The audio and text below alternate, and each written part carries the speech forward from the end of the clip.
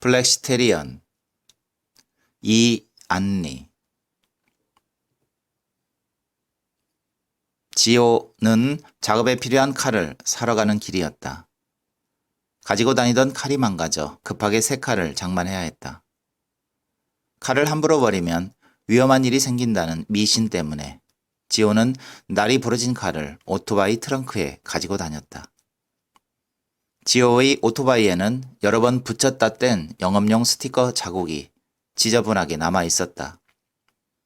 17의 가출팸을 나온 뒤로 많은 일자리를 전전했지만 이번 일만큼 시급이 높은 일은 없었다. 신호에 걸린 지호는 도로 위에서 습관처럼 메시지 창을 열었다.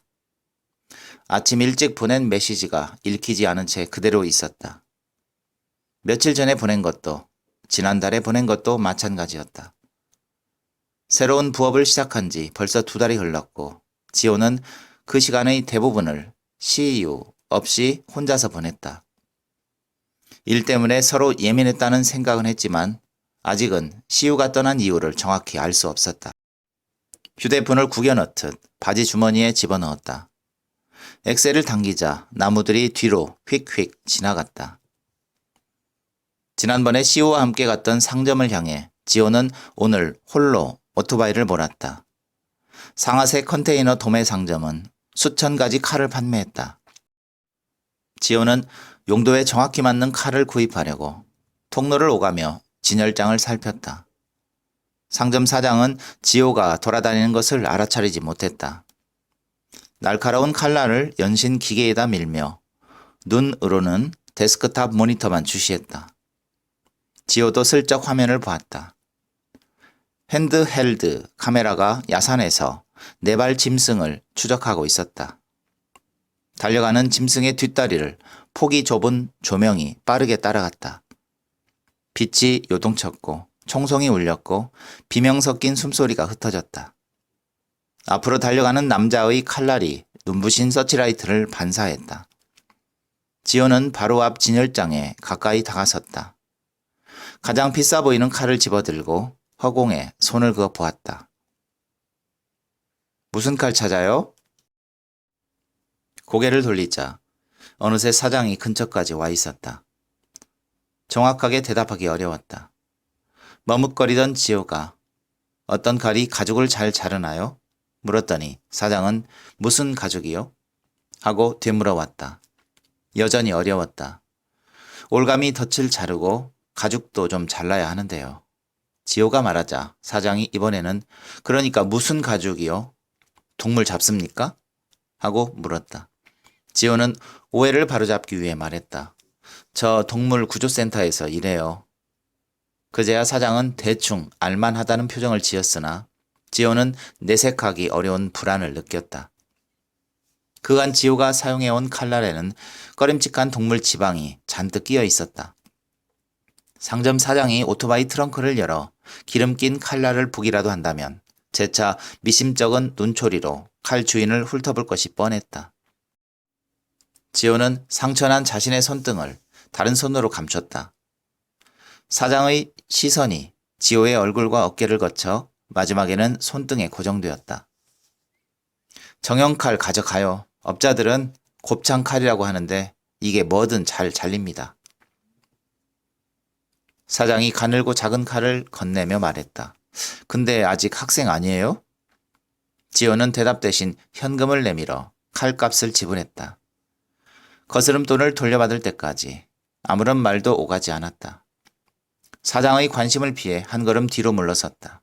그리고 등을 보인 사장이 포장용 신문지를 꺼내는 사이 칼을 챙겨서 조용히 가게를 빠져나왔다. 오토바이에 오른 지호는 차가 없는 비포장도로를 달렸다. 다시 도로변 나무들이 빠르게 지나갔다. 맞바람이 제법 차가웠지만 투명한 가을볕이 내리는 곳은 따뜻했다. 휴대폰 거치대를 눈높이까지 올려 전방과 동영상을 절반씩 응시했다. 휴대폰에서는 칼집 사장이 보던 유튜브 영상이 흘러나왔다.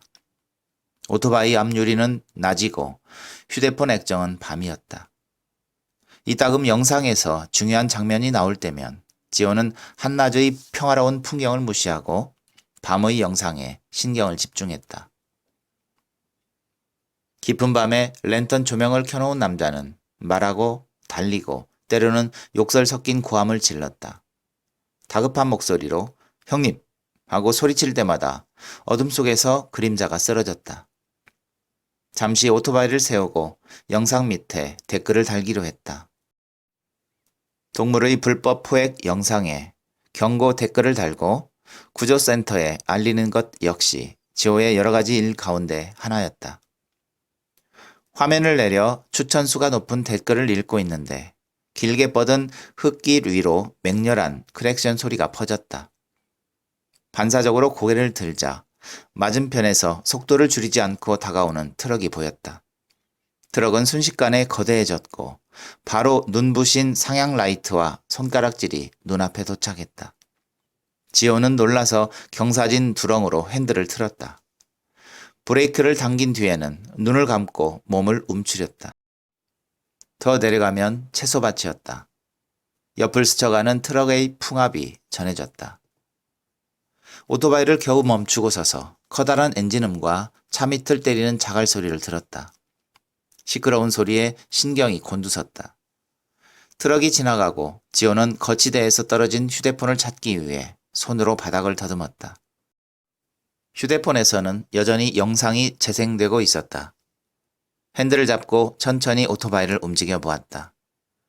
구덩이에 빠진 앞바퀴가 큰 소리를 내며 회전하다가 기어이 채소밭을 밟고 굴렀다.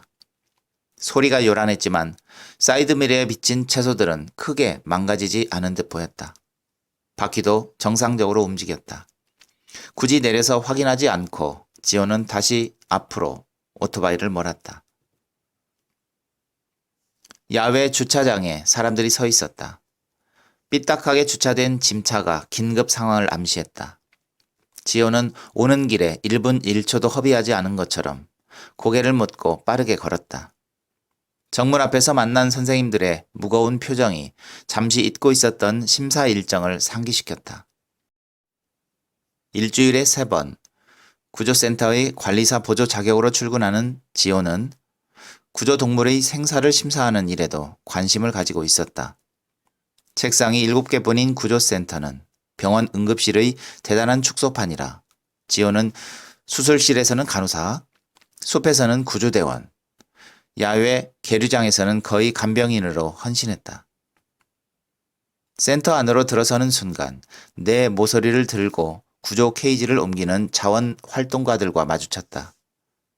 작년 이맘때는 지호 역시 청바지 차림에 푸른색 활동가 조끼를 입고 무리와 몰려 다니곤 했다. 아직은 센터 직원들보다 대학생 형 누나들과 어울리는 쪽이 편했다. 지호를 발견한 활동가들이 구조 케이지를 내려놓고 잠시 숨을 돌렸다. 케이지가 위아래로 흔들리더니 짐승의 코가 철장 밖으로 삐져나왔다. 안에 몸을 웅크리고 있는 개체는 아직 다 자라지 않은 멧돼지였다. 맨 앞에 선 활동가 누나가 손끝으로 돼지의 뒷다리를 가리켰다. 적을 매달고 밭에서 발견됐대. 지그재그 모양으로 날이 선 엽구가 돼지의 허벅지를 조이고 있었다. 돼지가 케이지에서 발을 휘저을수록 엽구는 더 깊숙하게 살을 파고들었다. 활동가들은 서로 자리를 바꾸고 다시 케이지 모서리를 들어 올렸다. 돼지가 움직이는 방향으로 케이지가 기울었다. 지호도 무게가 쏠린 뒤쪽을 양손으로 받쳤다. 6사람은 계속 자리를 바꿔가며 수술실이 있는 건물로 들어갔다. 복도 끝 제일 큰 수술실 문이 양쪽으로 활짝 열려 있었다. 미리 연락을 받았는지 재활관리사 김 선생이 심각한 얼굴로 돼지를 받았다. 수의사들이 전부 자리를 비웠다고 했다. 익숙한 상황이었다. 외근이 잦은 구조센터에 가만히 앉아서 동물을 기다리는 인력은 거의 없었다. 일단 재우자. 김 선생은 돼지를 케이지 채로 수술대에 올려 진정제를 투여했다. 흥분한 돼지가 좌우로 움직였다. 잠시 기다렸다가 수술대를 덮었던 군용 담요를 젖히자 초점이 흐려지는 돼지의 눈동자가 보였다. 대충 봐도 의식이 날아가기 직전이었다. 자원 활동가들이 달라붙어 잠금 장치를 풀고 케이지 문을 여는 동안 지호는 김 선생을 도와 응급처치를 준비했다. 먼저 와이어 커터로 스프링을 절단하고 주둥이를 벌려 단단하게 박힌 옆구를 떼어냈다. 뼈가 비칠 정도로 깊은 상처가 표면에 드러났다. 지호는 수의사용 메스 대신 새로 장만한 칼을 김 선생에 건넸다. 옆구에서 떨어져 나온 이물질이 부패한 가죽과 함께 매끄럽게 잘려나갔다. 뜨거운 피가 솟구치지 않고 아래로 깨끗하게 흘러내렸다. 커다란 천으로 상처를 덮자 돼지는 이불을 덮고 단잠에 빠진 것처럼 편안해 보였다. 슉슉 돼지의 숨소리가 들렸다. 지호는 새 칼이 마음에 들었다. 앞으로 일이 수월할 거라는 예감이었다. 손에 묻은 피를 닦아낸 지호는 야외 계류장으로 천천히 걸음을 옮겼다. 코로 공기를 크게 들이마시면서는 문득 죽음이 없는 하루를 상상해 보았다. 그 생각은 비행 훈련에 열중하는 매 성체를 관찰하면서 더 커졌다. 이번 3개월 차 매의 날개는 다 녹은 아이스크림처럼 진지겨졌다가 겨우 형태가 잡힌 상태였다. 덕분에 양쪽 끝에 설치된 횃대 사이를 날아다닐 때는 문제가 없었지만 높이가 낮은 구조물로 활강하는 모습이 어딘가 부자연스러웠다. 발톱으로 철망을 차고 아래로 내려가는 동안 한쪽 날개가 거의 움직이지 않았다. 장난감 쥐에 경쾌한 스텝을 실어 계류장 바닥에 던져놓으면은 커다란 날개를 펼치고 날다가 금세 속도를 줄여버렸다. 크게 휘파람을 불어 매를 불러보았다. 갇혀있는 매를 부르고 소리칠 수 있는 시간도 얼마 남지 않아 초조했다. 어느새 계류 예산을 초과한 매를 밖으로 내보내기로 한 날이었다. 되실 방법은 선임 수의사가 정했다. 살아서 나가거나 죽어서 나가거나. 고통이 심하고 밖에 나가도 재구실을 못해 죽음이 확실한 아이들은 수의사의 말을 빌리자면 경제적으로 죽여서 내보냈다. 지호는 진심으로 매가 시험 사냥에 성공하기를 바랐다. 계류장 가까이 붙어서 안을 살펴보았다. 철조망 벽에 세워둔 목재 수납함. 귀찮은 시선을 차단하기 위해 인간 눈높이에 쳐놓은 차광막. 추위를 피할 수 있도록 설치한 난로 조명. 어디에도 지호의 손이 닿지 않은 곳은 없었다. 지호는 철망 밖에 쪼그려 앉아 매를 바라보다가 아예 보호 장구를 착용하고 계류장 안으로 들어갔다. 훈련장은 지호가 15걸음을 걸어야 끝에 도달할 만큼 직사각형 모양으로 길었다. 가장자리가 떨어진 차광막을 정비하고 바닥에 뒹구는 장난감쥐를 집어들었다. 실제 쥐가 움직이는 속도로 실리콘 쥐를 던졌다. 줄에 연결된 모형 쥐가 살아 움직이는 것처럼 운동장 바닥을 쓸고 다녔다. 쥐가 발밑을 지나가도 매는 소심하게 날개짓을 할 뿐 먹잇감을 건져 올리려는 노력을 하지 않았다. 쥐를 줍는 것은 지호의 몫이었다. 줄을 당겨 올릴 때마다 실리콘을 잡는 손에 조금씩 힘이 들어갔다. 왜 이렇게 못해? 제멋대로 엉킨 줄의 매듭을 풀다가 지호는 점퍼 주머니에 장난감쥐를 넣어버렸다. 계속 던진다 해도 매가 제 힘으로 사냥감을 낚아채는 일은 당분간 없을 것 같았다. 시원한 바람이 목 뒷덜미에 닿았다. 지호는 끝까지 잠갔던 지퍼를 조금 내리고 저녁에 따로 아르바이트를 할 수 있는지 묻는 김 선생의 메시지를 확인했다. 시우는 여전히 메시지를 읽지 않았다. 아침에 보낸 메시지는 함께 살던 집에 시우가 넣은 보증금 500만 원을 당분간은 빼주기 어렵다는 내용이었다.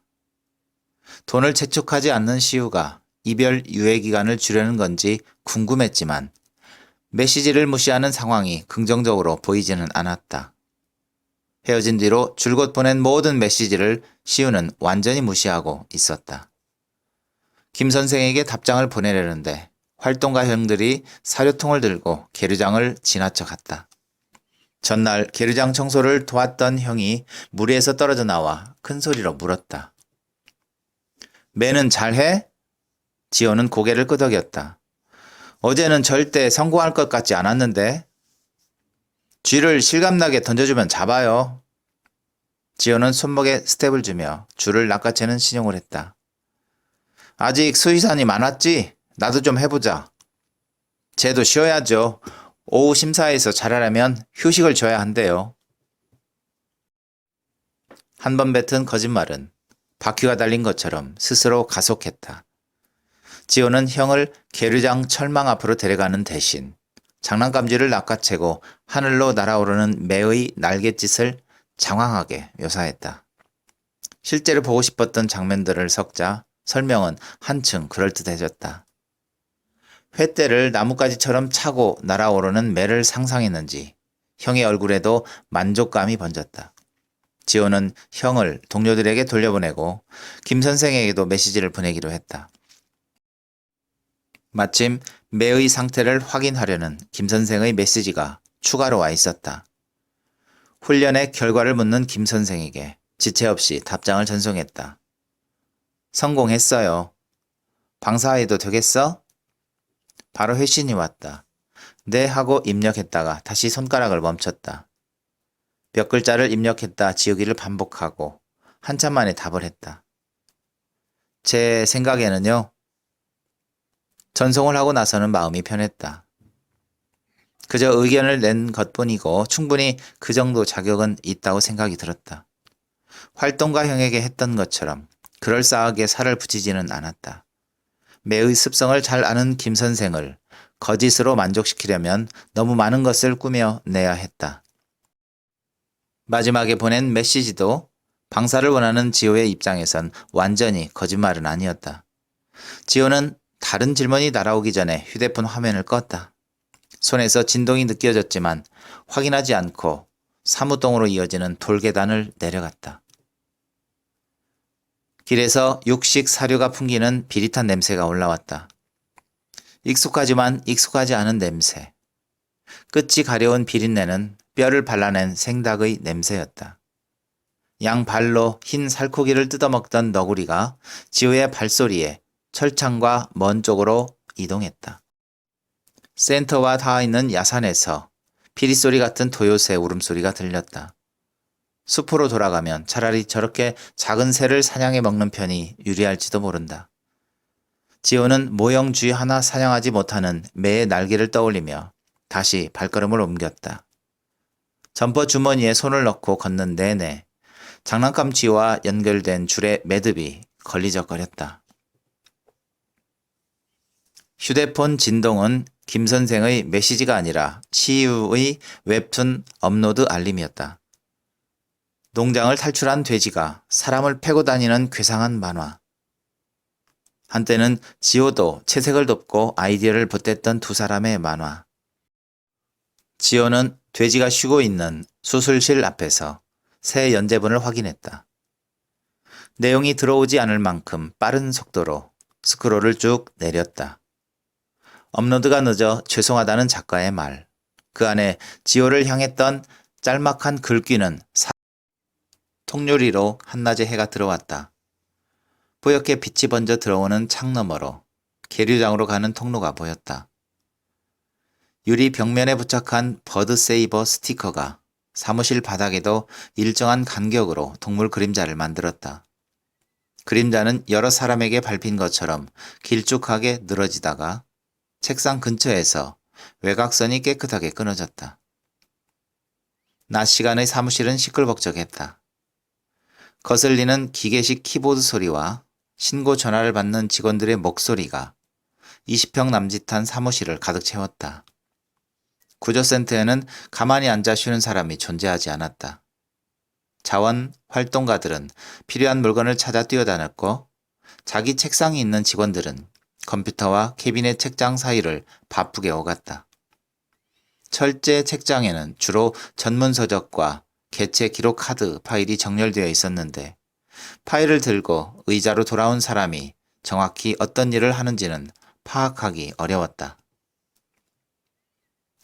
어수선하게 어질러진 책상마다 파티션이 쳐져 있어 직원들은 서로 무얼 하는지 모르고 지낼 때가 많았다. 지호는 김 선생의 자리에 앉아서 그가 부탁한 서류 작업을 했다. 오전 시간 동안 동물들과 함께한 재활 일지를 작성하고 서류와 대조하여 사물함 장비 상태를 꼼꼼하게 수정했다. 지호의 노트북 화면 맨 뒤에는 언제나 검정고시 강의 페이지가 띄어져 있었다. 아르바이트와 봉사활동 틈틈이 지호는 고졸 검정고시 문제를 들여다보곤 했다. 김 선생과 선임 수의사는 꽤 오랫동안 사무실을 비웠다. 매를 살펴보고 오겠다고 말한 것이 벌써 1시간 전이었다. 지호는 노트북으로 김 선생이 공유한 문서들을 살피다 처음 매가 들어온 날의 파일을 열어보았다. 구조 접수를 받고 지호를 데려갔던 김 선생이 작성한 기록. 날짜 밑에 첨부된 사진은 모두 지호가 휴대폰으로 직접 찍은 것들이었다. 사진 속에는 종일 땀방울이 흐를 만큼 더웠던 그날의 날씨가 고스란히 담겨 있었다. 산 중턱까지 닦여있는 도로에 차를 대놓고 가파른 은행나무길을 오르자 멀리 나지막한 기와 지붕이 눈에 들어왔다. 석상과 연등이 아니었다면 가정집으로 착각할 만큼 작은 암자였다. 처음 현장에 도착했을 때만 해도 지호는 매의 숨이 이미 끊어진 줄 알았다. 매는 절에서 행사를 앞두고 만든 철사 구조물에 날개가 엉킨 채 거꾸로 매달려 있었다. 죽음의 냄새를 맡고 몰려든 날벌레들이 구조물 위로 날아들었다. 부디 이곳에서 죽지 않게 데려가 주십시오. 스님 하나가 지호에게 다가와 말했다. 등산복을 입은 행인들이 뒤에 서서 지호가 들고 간 빈 케이지를 살폈다. 이곳에서 죽지 않게. 지호는 속으로 그 말을 여러 번 따라했다. 이곳에서 죽지 않게, 이곳에서 죽지 않게. 둘 중 뭐가 더 중요한 말인지 헷갈렸다. 그저 어떻게든 매를 살리고 싶다는 생각이 들었다. 한 걸음 가까이 구조물에 접근하자 지호의 마음을 알았는지 매가 철사에 걸리지 않는 한쪽 날개를 퍼덕였다. 두터운 장갑을 끼고 매를 빼내려고 했지만 복잡하게 얽힌 철사줄이 풀리지 않았다. 김 선생은 가방에서 커다란 모포를 꺼내 빛이 가려지도록 매를 덮었다. 움직임이 잦아드는 동안에는 바깥쪽 철사를 조금씩 잘라 구조물을 작게 만들었다. 절 앞마당에 모인 사람들 모두가 김 선생의 뒷모습만 바라보았다. 옷을 걷어붙인 두 발이 재빠르게 움직였다. 지호보다 몸이 작고 마른 김 선생은 질긴 철사 덩어리를 능숙하게 잘라 새 둥지 크기로 줄였다. 김 선생의 가위질은 구조물과 함께 매를 케이지에 넣을 수 있을 때까지 쉬지 않고 계속되었다. 수의사님, 여기 계세요? 사무실 문을 박차고 소리친 사람은 지난주에 새로 들어온 자원활동가 누나였다.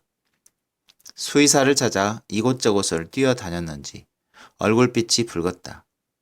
매의 생사가 결정된 줄 알고 지호의 심장도 덩달아 빠르게 뛰었다. 수의사의 책상은 김 선생의 바로 옆자리였다. 빈 책상 앞으로 다가온 누나는 지호와 눈이 마주치자마자 다시 큰 소리로 물었다. 들었어? 돼지를 죽일 거라는데? 죽는 것이 매가 아니라 돼지라는 말에 지호는 잠시 안심했다. 그래요? 하고 짧은 대답을 뱉고는 자연스럽게 돼지라면 상관없다고 생각한 스스로에게 놀랐다. 태어난 척 노트북 화면에 눈을 고정했다.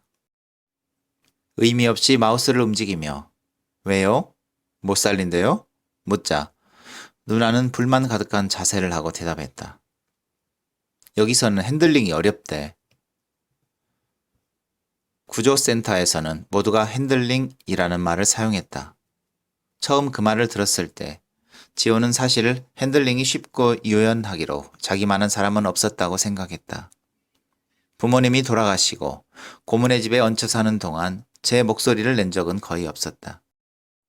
입기 싫은 헌옷을 물려받거나 억지로 교회 예배당에 앉아있을 때 심지어는 사촌 형들 사정에 맞춰 몇 번이나 이사를 다닐 때조차 지호는 별다른 저항 없이 빠르게 현실을 받아들였다.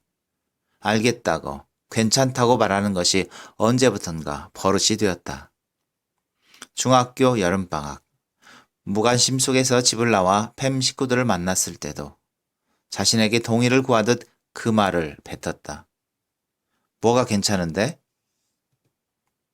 시우는 그렇게 묻곤 했다. 처음은 팸 형들을 따라 술 취한 노인의 돈을 도둑질하고 아지트로 돌아왔을 때였다. 땀으로 흠뻑 젖은 지호의 등을 톡톡 치고 묻긴 했지만 대답을 바란 질문은 아닌 것 같았다. 아무런 대꾸도 하지 않았다. 할 수 없었다. 시우는 지호의 눈을 똑바로 쳐다보다가 먼저 방으로 들어가 버렸다. 괜찮다. 자기도 모르게 혼잣말을 하면서 주변을 살피기 시작한 것은 그때부터였다. 남들에게 들리지 않을 만큼 희미하게 중얼거려도 시우에게는 지호의 목소리가 닿았다. 팸 누나들 중에 두 번째로 나이가 많았던 시우는 멤버들과 떨어져 혼자 보내는 시간이 많았다. 공동생활비로 내고 남은 알바비를 따로 모았고 한 달에 2번 조용히 어딘가에 다녀왔다. 다 같이 모여서 밥이나 술을 먹을 때는 카페에 나가 그림을 그렸다. 색깔도 없이 단순한 선으로 연결해 놓은 동물들, 돼지들, 강아지와 고양이들. 지호는 시우의 그림을 좋아했다. 그 그림들이 이야기를 잇고 만화로 탄생하는 과정을 곁에서 지켜보는 것이 좋았다. 만화의 주인공은 돼지 농장에서 태어난 슈퍼 지능 돼지였다. 시우는 플랫폼에 작품을 보내는 대신 4컷짜리 흑백 만화를 그려 자신의 인스타그램 계정에 연재했다. 팔로워는 적지만 만화를 보는 사람은 높은 비율로 댓글을 남기는 계정이었다. 언젠가 독자들과 재미있는 것을 한다는 시우와 함께 지방에 내려갔을 때 지호는 처음으로 돈을 받지 않고 동물을 위해 일하는 경험을 했다. 형광조끼를 입은 대학생들을 따라 버려진 동물을 씻기고 먹이고 달래는 내내 지호는 뜻모를 눈물을 참았고 시우는 그런 지호를 보고 웃었다. 시우가 유명한 정육점집 딸이고 아버지의 폭력을 견디다 못해 집을 나왔다는 사실은 나중에 알았다. 팸 식구들이 사는 집 주소를 어떻게 알았는지 시우의 친오빠가 스티로폼에 포장된 냉장육을 보내오곤 했다. 시우는 테이프를 뜯어보지도 않고 고기를 모두 버렸다. 다른 사람이 먼저 택배를 뜯어 파티라도 버리는 날에는 집에 돌아오지 않았다. 생각해보면 시우가 고기를 먹는 모습은 본 기억이 없었다. 탁자에서 남이 남긴 김밥을 집어 들었다가도 고기 냄새가 나면 슬쩍 내려놓고 자리를 피했다. 고기는 자연스럽게 지호의 삶에서도 입지가 줄어갔다. 시우가 20살이 되던 해 함께 얻은 작은 새빵도 채소가 나뒹구는 묵밭 근처였다. 한적한 시골집인 것을 감안해도 새가 많이 저렴했는데 흉하게 방치되어 있는 묵밭이 원인인 것 같았다. 원래는 푸른 잎채소가 자랐다는 묵밭은 퍼석하게 말라 죽은 잎으로 덮여 있었다. 밭을 가꾸던 노인이 죽으면서 주인 없는 땅이 되었다고 했다. 그 덕에 투룸 월세를 싸게 얻은 두 사람은 완전히 마르지 않는 땅에 상추와 허브를 심어 키웠다.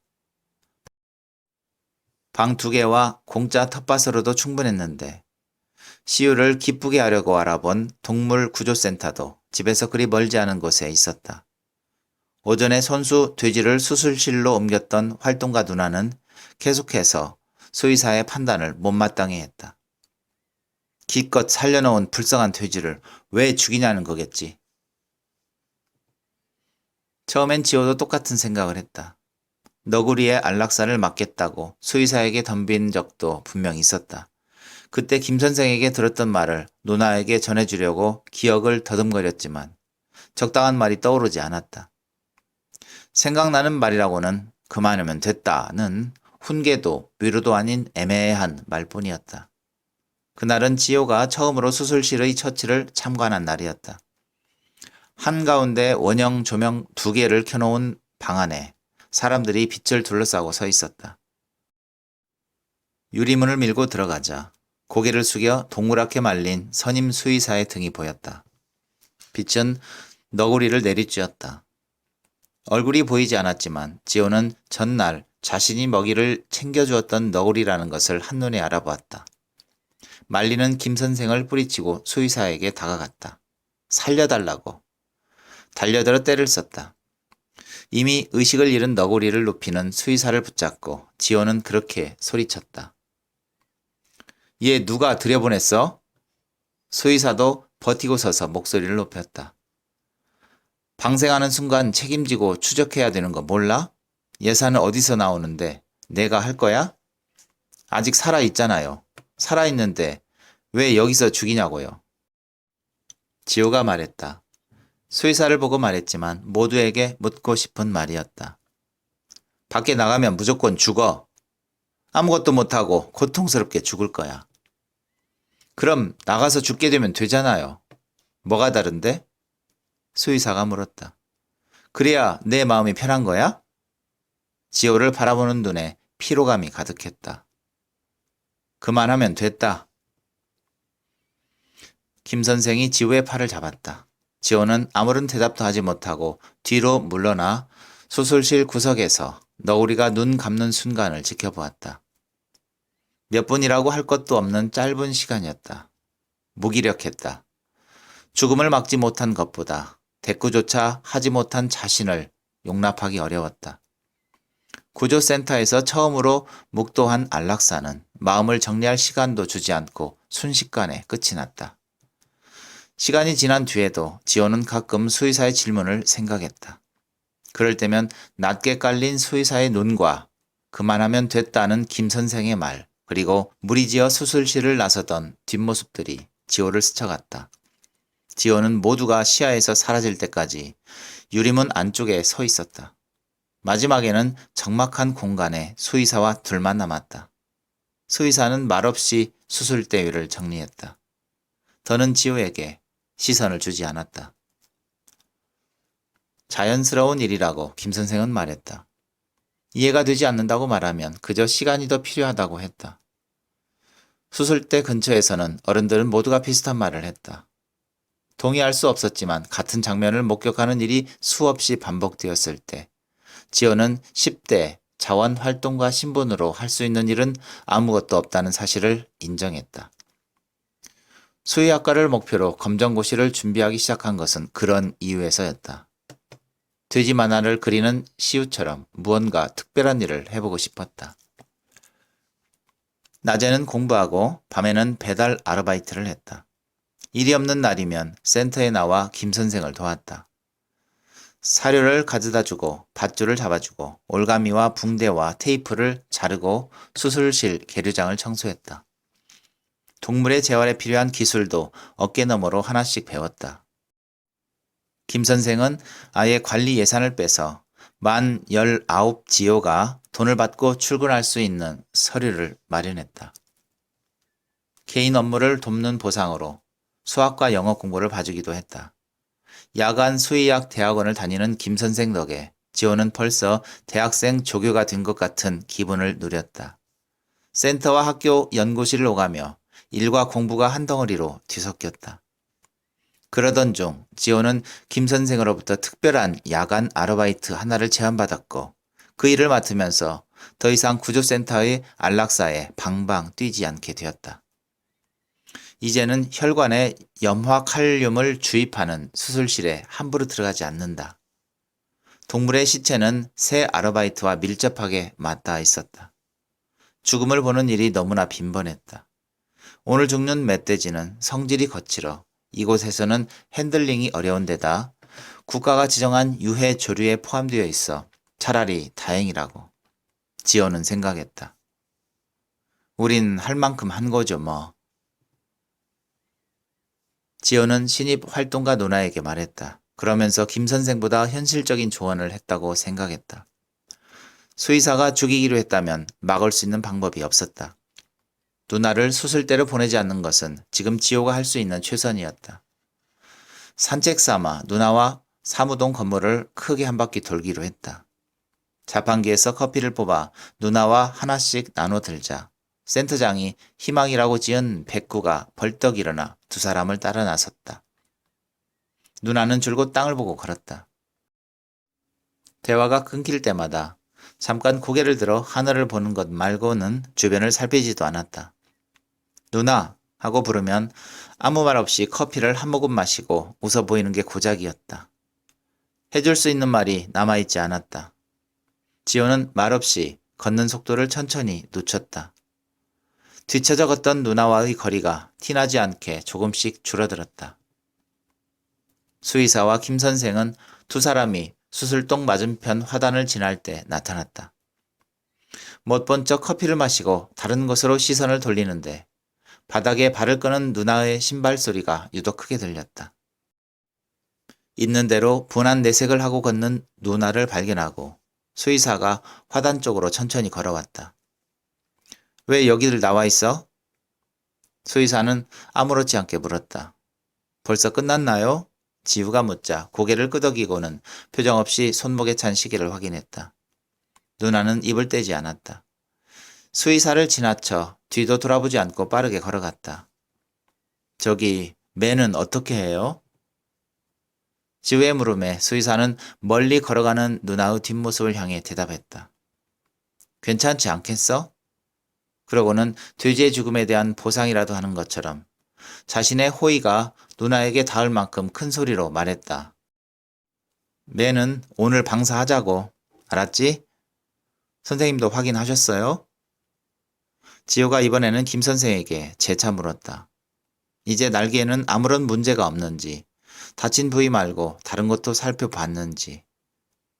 오전에 힘들어하던 착지는 그들의 심사를 통과했는지 질문이 이어지는 동안 수의사는 한 발짝 떨어져서 둘의 대화를 들었다. 눈동자는 의아하다는 듯 지호와 김 선생의 얼굴을 번갈아 응시했다. 왜 그래? 바라던 거 아니야? 수의사가 거듭 말끝을 올렸다. 방사 가능하다며? 그 말에 김 선생은 지호를 쳐다봤다. 지호는 고개를 숙인 채 대답을 미적거렸다. 적당히 말을 얼버무리고 급한 일이 떠오른 것처럼 다리를 움직였다. 괜찮을 거야. 하마터면 그렇게 말할 뻔했다.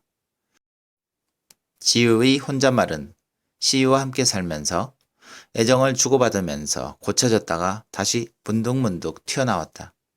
괜찮아 하고 오랜 입버릇이 나오려 할 때면 지호는 의식적으로 두 입술을 꾹 다물었다. 바닥에 턱을 괴고 누워있던 백구가 지호를 따라올 것처럼 일어나더니 수의사 주변을 어슬렁거렸다. 백구의 움직임을 의식하던 지호는 얼마간 정면을 향해 걷다가 사무실 쪽으로 방향을 틀었다.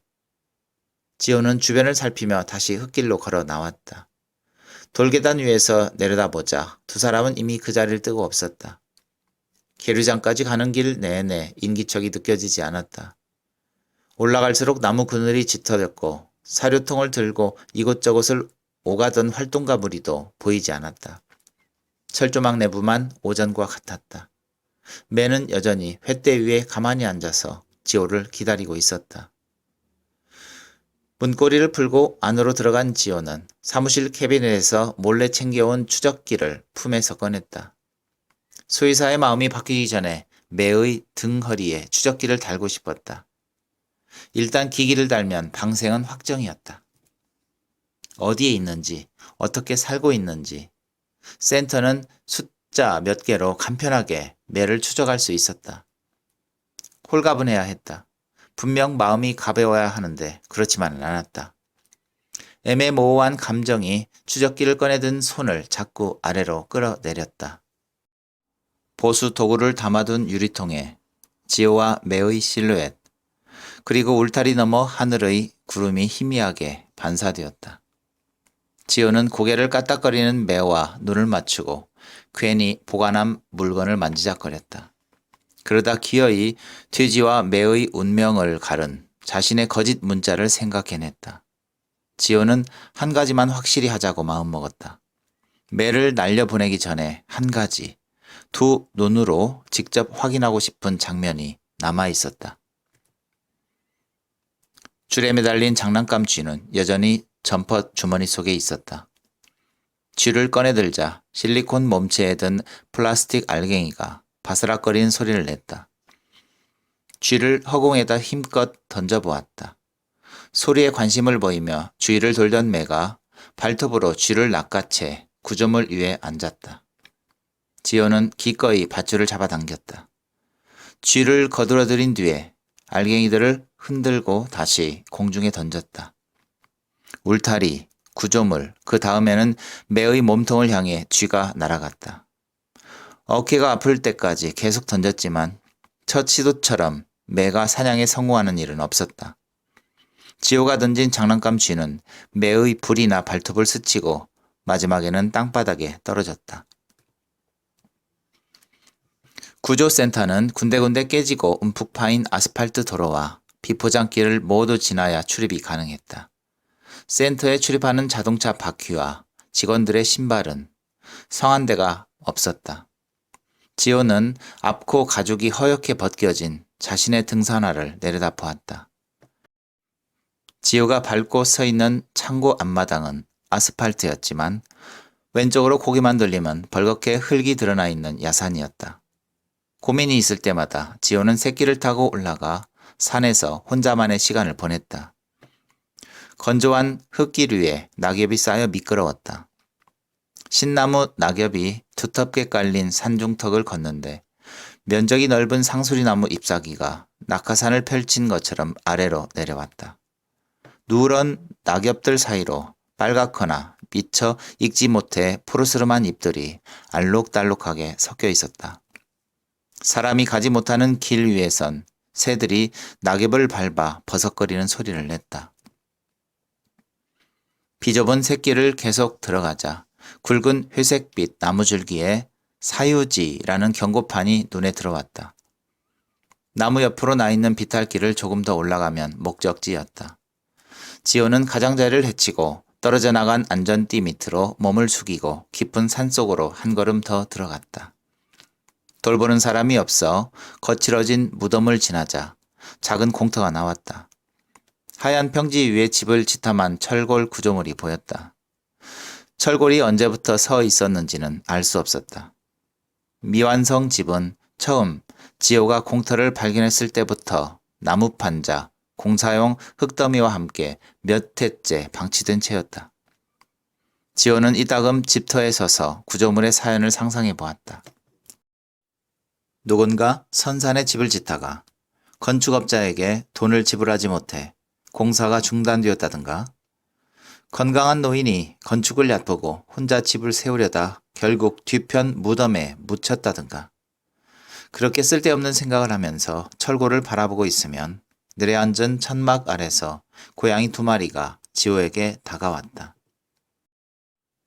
과거가 어떻든 방치된 구조물은 지금 초대형 캣타워로 이용되고 있었다. 센터에서 가지고 온 참치캔을 그늘에 따주고 근처 흙바닥에 퍼질러 앉았다. 지호는 아무런 방해도 받지 않고 쉬고 싶을 때마다 이곳을 찾았다. 낡은 집터에 앉아 하늘을 보고 있으면 복잡한 심경이 조금 나아졌다. 지호는 집에서 싸온 샐러드 김밥을 꺼냈다. 늦은 점심이었다. 바닥에 앉은 채로 대강 호일 끝부분만 열고 김밥 1개를 입에 넣었다.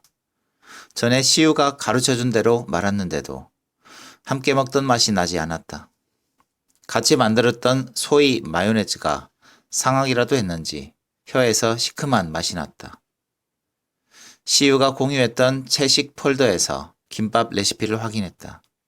물기를 짠 두부, 당근, 우엉, 오이와 로메인 상추까지. 만드는 과정에서 빠뜨린 재료는 없었다.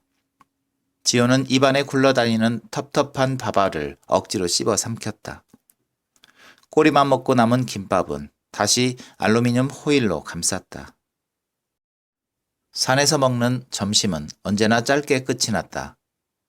간식거리를 찾아 가방을 뒤졌지만 가지고 나온 음식이라고는 이미 고양이들을 위해 꺼낸 참치 통조림이 전부였다. 휴대폰 진동이 쉴 새 없이 울렸다. 간식을 나눠 먹으려는 활동가형 누나들이 그룹 채팅창에서 대화를 주고받고 있었다. 지호는 언젠가 회식을 마치고 집에 김 선생을 데려간 날 이후로 대부분의 식사를 혼자 했다. 두 번의 술자리를 계기로 다른 직원들과 나누는 음식도 대화 주제도 왜인지 내키지가 않았다. 그날 회식은 기간제 근로 자격을 얻은 지호를 축하하는 자리였다. 굳이 그럴 필요 없다는 지호의 말에도 김 선생이 사람을 불러 모으겠다고 먼저 나섰다. 김 선생보다 직급이 낮은 직원들이 센터 근처 터미널로 모여들었다. 원래는 사무실 직원들끼리 보기로 했던 약속이 자원활동가들까지 하나둘 합류하니 금세 10명이 넘어갔다. 매주 센터 안에서 얼굴을 보는 사람들이었지만 밖에서 따로 만난 건 그때가 처음이었다. 지호는 오토바이를 바깥에 대놓고 터미널 벽시계 쪽으로 빠르게 걸음을 옮겼다. 차를 가져온 동료들은 이미 모두 모여서 진지하게 저녁 메뉴를 고르고 있었다. 터미널 근처에는 선택지가 별로 없었다. 많은 인원이 한꺼번에 앉아서 먹을 만한 식당은 고깃집 아니면 감자탕집이 고작이었다. 고기를 먹자는 사람이 반, 감자탕이 반의 반, 나머지는 둘 중에 아무거나 먹자고 했다. 고기가 없는 선택지는 존재하지 않았다. 10명이 넘는 사람들 모임에서 고기를 빼자는 말은 나머지 사람 모두의 배려를 요구하는 말이기도 했다. 그럼에도 지호가 휴대폰으로 고기 없는 음식점을 검색해 본 것은 시우가 보낸 메시지 때문이었다. 곧 식당으로 이동할 것 같다는 말에 시우는 대답 대신 갓 완성한 돼지 만화 스케치를 사진으로 보내왔다. 나보다 우월한 인간만 우리를 먹어라. 돼지가 괭이를 들고 두 발로 서서 외쳤다. 시우가 보낸 첫 번째 컷은 고지능 돼지가 무기를 빼앗아 들고 농장 주인에게 맞서는 장면이었다. 위풍당당한 등장신에 돼지를 감싸는 배경선을 추천했던 사람은 지호였다. 주인공 돼지의 IQ는 인간보다 높게 설정되어 있었다. 사료통에 깔려있는 신문을 읽다가 말과 글을 깨치고 세상을 알고 자신의 존재에 의문을 던지는 녀석이니까. 돼지의 대사는 사실상 어느 인간에게도 먹히지 않겠다는 뜻이었다. 다음 컷에서는 돼지 우리를 박살내고 돼지 군단과 농장을 탈출하는 장면이 이어졌다. 이제 어디로 가지? 주인공 돼지를 뒤따라온 돼지가 물었다. 저걸 타자. 주인공 돼지가 냉동 탑차를 가리켰다. 뭘 줄 알아? 돼지들이 차로 달려가면서 외쳤다. 일단 타봐.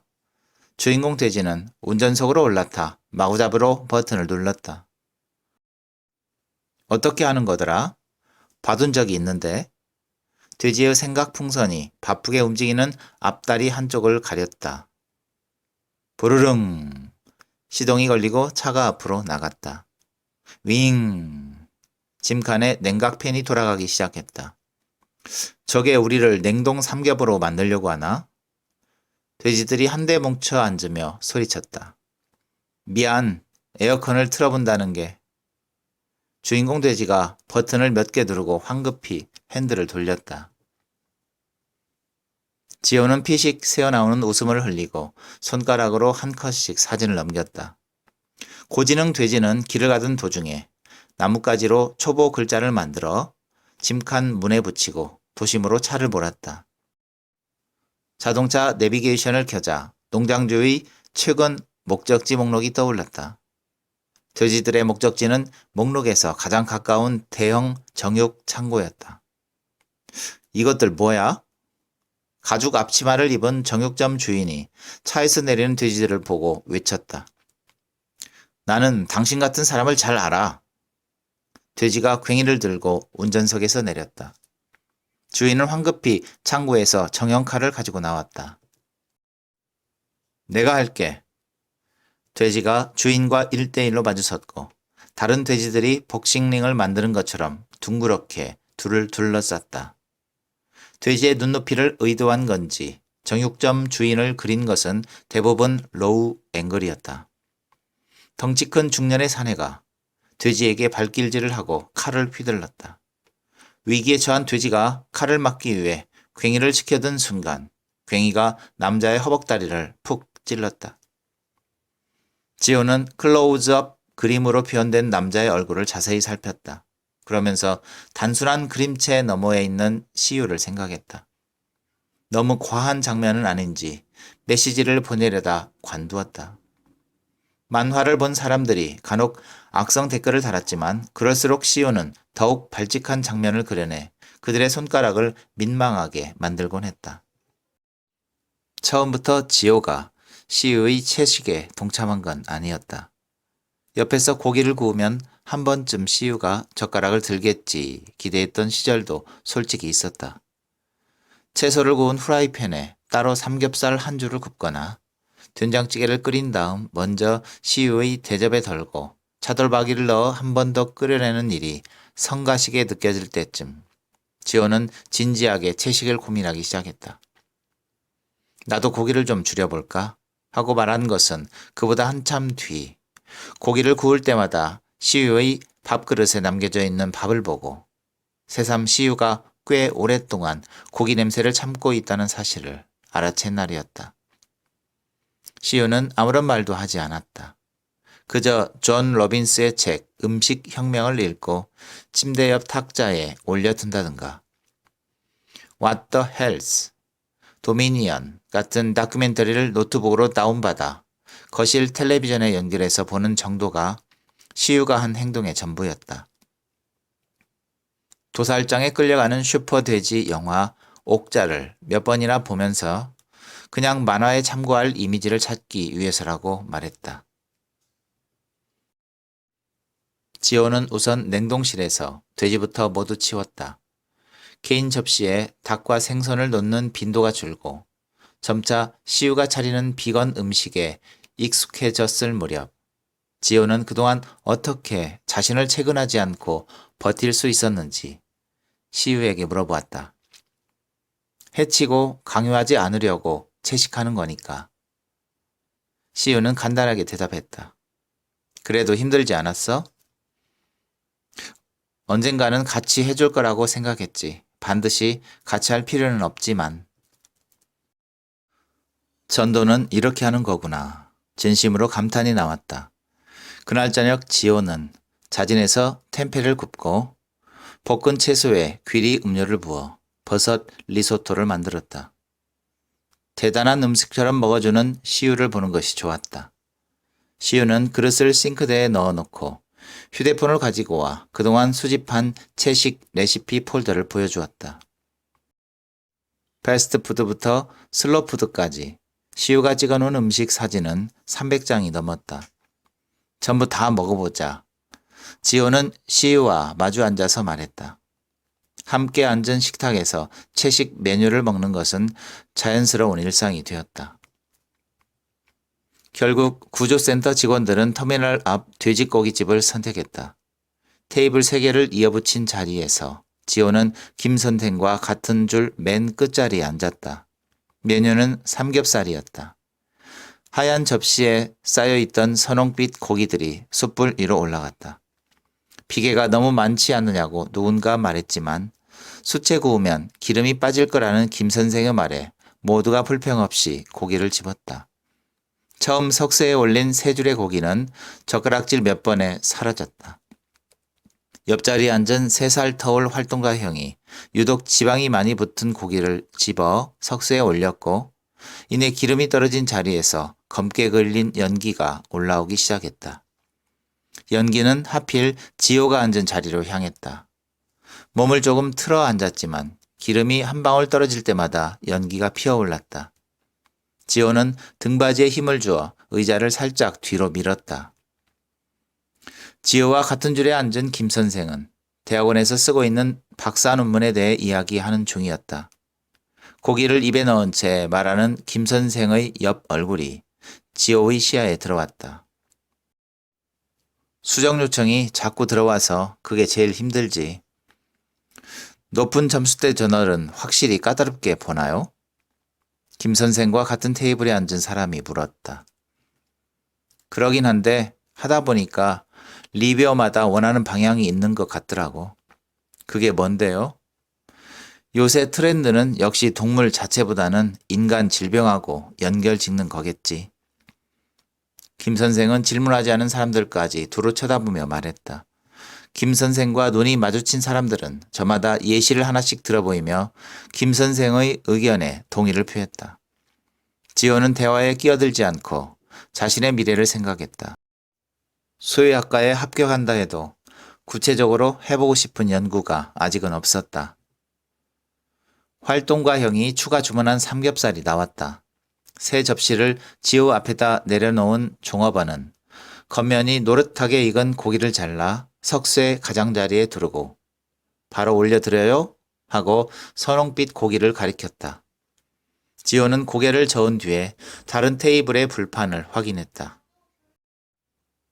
그러다 나란히 앉아있는 김 선생과 눈이 마주쳤다. 왜 더 안 굽고? 많이 먹어. 먹고 있어요. 지호는 기름진 파절이 접시를 들어 김 선생에게 보였다. 돼지 기름에 볶은 김치와 콩나물이 보호색처럼 섞여 잘 구분이 가지 않았다. 파 말고 고기 말이야. 무슨 채식이라도 하냐? 김 선생이 건넨 건 살가운 농담이었지만 지호의 마음은 잠시 동안 어수선했다. 이미 충분히 많은 고기를 먹은 뒤였다. 살코기 한 점을 입에 집어넣은 순간부터 줄곧 거부감 없이 삼겹살을 삼켰다. 집에서 시우와 채식을 한다고 해서 극적인 변화가 일어나는 것은 아니었다. 털과 잉크가 남아있는 돼지 껍데기를 보고 비위가 상한다든가 고기 굽는 냄새가 역겨워진다든가 하는 일은 지호에게는 일어나지 않았다. 조금씩 해보고 있는데요. 지호는 어수선한 마음을 거두려고 그렇게 말했다. 채식을 한다는 말에 식탁에 둘러앉은 사람들이 모두 지호를 쳐다봤다. 김 선생이 그들을 대표해 지호에게 물었다. 갑자기 무슨 소리야? 그럼 다른 데 가자고 하지. 아니요, 저는 플렉스테리언이라고 평소에는 채식을 하다가 가끔 고기를 먹어도 되는 거라서. 지호는 종업원에게 했던 것보다는 완곡하게 고개를 가로저었다. 언젠가 시우는 사람이 일주일 중 하루 채식을 하면 바뀌는 것들을 나열하며 플렉시테리언이라는 단어를 소개했다. 연간 몇 킬로그램의 이산화탄소가 감소하고 몇 리터의 물이 절약되고 하는 말들은 아마 한치의 과장도 없는 사실이었을 것이다. 가끔씩 고기를 먹는 플렉시테리언 역시 엄연한 채식주의자의 한 축이라는 말을 지호는 진심으로 믿었다. 그리고 삼겹살집에 앉아 그 단어를 말하는 순간에는 누구보다 특히 자신에게 알맞은 말이라는 생각을 했다. 지호는 채식주의자를 욕보이지 않으면서 동시에 함께 있는 사람들에게도 반감을 사지 않으려고 그 멋진 말을 선택했다. 마침 마주 앉은 사람이 자기 주변에도 그런 사람이 있다며 거들었고 건강 때문에 특별한 날에만 고기를 먹는다는 말을 덧붙였다. 그 말 덕분인지 사람들은 이해가 소홀해진 표정이었다. 다만 지호는 먹어도 된다고 표현한 것이 내심 마음에 걸렸다.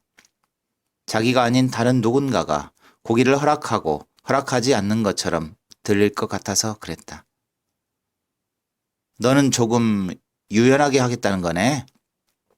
옆자리 형이 말했다. 형은 집게로 불판 가장자리 고기를 집어 같은 테이블 사람들을 앞에다 놓았다. 지호의 파절이 위에도 잘 익은 고기 한 점이 놓였다. 사람들은 갑자기 채식주의에 대해 이야기했다. 유연하다는 형의 말 때문인지 그들은 마치 지호를 채식주의자가 아닌 것처럼 대했다. 채식주의자라는 사람들은 대체 식물은 어떻게 먹는 거야? 풀은 생명이 아닌 거야? 어차피 동물도 이미 죽은 애들만 먹는 거잖아. 하는 보편적인 공격들은 지호가 아니라 그곳에 없는 다른 사람들을 향했다. 지호는 어디에도 속하지 않은 사람처럼 가만히 있으면 되었다. 제대로 반박하자니 스스로 답을 낼 수 없는 질문도 섞여 있어서 조용히 위아래로 고개만 움직였다. 하지만 그 사람들 자기들이 우월하다고 생각하는 거예요. 라는 말만은 그냥 지나가지 않고 지호의 신경을 건드렸다. 김 선생의 직속 후배인 젊은 관리사는 아예 자세를 고쳐 앉고 말을 이어나갔다. 저희 매형이 안성에서 한우 뷔페를 하거든요. 얼마 전에 무슨 단체가 와서는 주차장에서 피켓을 들고 난리를 피웠다는 거예요. 그런 사람들 있잖아요. 자기들만 특별해서 남을 가르쳐야 직성이 풀리는 사람들이요. 채식을 하고 싶으면 조용히 할 일이지 왜 남을 괴롭히고 피해를 주느냐고요. 관리사는 한 사람 한 사람 눈을 맞추고 마지막으로 동의를 구하듯이 지호를 쳐다보았다. 다른 사람들과 마찬가지로 지호를 공격하려는 시선은 아니었다. 비난은 지호를 넘어 어쩌면 지호가 이미 닿았거나 앞으로 닿을지 모르는 영역에 효과적으로 미쳤다. 지호는 최대한 태연하게 시선을 받아넘기는 동시에 속으로는 시우를 생각했다. 그동안 시우가 의도적으로 보여주었거나 함께 살면서 자연히 지켜볼 수밖에 없었던 모습들을. 지호의 주변에 상주하던 텍스트와 이미지들. 강요하지 않으려고 채식을 한다는 말과 목소리와 시우가 혼자서 차분히 식단을 지키던 시간들을. 지호는 떠오르는 것들을 하나로 뭉치거나 붙잡지 않고 천천히 흘려보냈다. 그리고 시우가 이 자리에 앉아 있었다면 어떤 말을 했을지 상상해보는 것으로 관리사의 눈길에 대한 대답을 대신했다. 식사를 마치고 나오자 하늘빛이 캄캄했다. 서둘러 귀가하려는데 술에 취한 김 선생이 지호의 어깨에 팔을 둘렀다.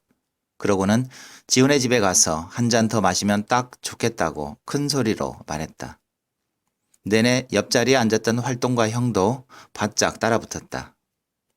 은근한 압력을 이기지 못하고 함께 가도 되겠느냐고 메시지를 보내자 시우는 그렇게 하라고 답했다. 계산대 앞에 몰려있는 일행과 잠시 떨어져서 지호는 집에 있는 시우에게 전화를 걸었다. 그럼 우리 물건들 좀 치워놔 줄래? 집 깨끗한데? 시우는 지우의 말을 바로 이해하지 못했다. 그러니까 우리 여행 사진이나 커플로 산 물건들 있잖아. 그렇게 말하고 전화를 끊었다. 주변 사람들은 모두 지호가 사촌 누나와 함께 사는 줄만 알았다. 집을 구할 때 두 사람이 합의한 대로였다. 가출팸 출신끼리 눈이 맞아 같이 산다는 걸 굳이 밝히지는 않아도 된다고. 먼저 말을 꺼낸 사람은 시우였다. 동물 구조센터나 배달 가게에 지호의 사정을 아는 사람은 아무도 없었다. 지호는 계산대 앞으로 돌아가 옷걸이에 걸어두었던 점퍼에 탈취제를 뿌렸다. 나란히 선 사람들도 지호를 따라 외투에 밴 고기 냄새를 죽였다. 하나둘 식당을 떠나고 남은 세 사람은 김 선생의 차에 앉아 대리기사를 기다렸다. 좁은 공간에 모여 있으니 탈취제 냄새가 차 안에 진동했다. 점퍼 옷깃을 젖혀 코를 막고 숨을 들이마시면 라벤더 향에 섞인 고기 냄새가 올라왔다. 창문을 열고 옷을 벗어 공기 중에 털었다. 화학 약품과 섞인 기름 냄새는 옷을 털면 털수록 옅어지지 않고 강하게 콧속으로 스며들었다. 집은 깔끔하게 정돈되어 있었다. 걸레질이라도 한 것처럼 바닥이 깨끗했다. 아침까지 현관에 놓여있던 커플 운동화, 냉장고에 붙여놓았던 폴라로이드 사진과 메모들도 보이지 않았다. 시우는 방에서 나와 지호의 손님들에게 인사한 다음 모두가 신발을 벗고 거실로 들어올 때까지 서서 기다렸다. 누난 뭘 청소까지 했어? 미안한 마음에 공연히 무뚝뚝하게 물었으나 시우는 지호의 등을 툭 치고 별다른 반응을 하지 않았다. 그저 들어가서 일을 보겠다. 재차 인사를 건네고는 방으로 들어가 거의 보이지 않을 만큼의 틈만 남긴 채 문을 닫았다. 시우는 고지능 돼지 만화의 정식 연재처가 정해져 마감일마다 채색 작업에 시달리고 있었다. 이따금 지우가 나서 배경 채색을 도와줬지만 매주 일정이 빠듯했다. 지호는 맥주나 조금 내주고 사람들을 돌려보내야겠다고 생각했다. 방문 가까이 서서 문틈을 넓히자 책상 의자에 앉아 머리에 헤드셋을 끼는 시우의 뒷모습이 보였다. 문틈에 살짝 얼굴만 집어넣은 채 시우에게 말을 걸었다. 금방 마무리하고 도와줄게. 시우는 지우의 말을 듣지 못한 것 같았다. 음악을 크게 틀었는지 바닥에 뻗은 발을 까닥거리며 마우스만 움직였다. 지우의 뒤에서는 김 선생이 집 앞에서 사온 과자 봉지를 뜯었다. 맥주는 냉장고에서 지우가 꺼내왔다. 이미 많이들 마셨기 때문에 일단 한 캔씩만 꺼내보기로 했다. 거실 한가운데 상을 펴놓고 남자 셋이서 캔을 부딪혔다. 동물 이야기로 시작해 센터에서 있었던 일로 화제를 옮기자 금세 손님들의 맥주 캔이 비었다. 배를 벌린 채 널브러져 있는 과자 봉지도 바닥을 드러냈다. 마침 화장실에 다녀온 김 선생이 모자란 술을 가지러 부엌으로 가 냉장고 문을 열었다. 어린 사람들이 잘 해놓고 사네. 김 선생은 맥주캔을 꺼내 들고 말했다. 부엌을 건너온 김 선생의 시선은 거실을 지나 불 꺼진 옷방에 잠시 머물렀다. 사촌 누나가 깔끔한 스타일인가 봐 하는 말소리를 못 들은 채 하며 지호는 주방 건조대에 있는 커플 머그컵을 쳐다보았다. 그 다음엔 김 선생을 따라 눈으로 옷방을 빠르게 훑었다. 창을 두고 좌우 벽에 딱 맞게 짠 행거에는 다행히 시우가 신경 써서 치워야 할 물건은 없었다. 너 잠은 어디서 자?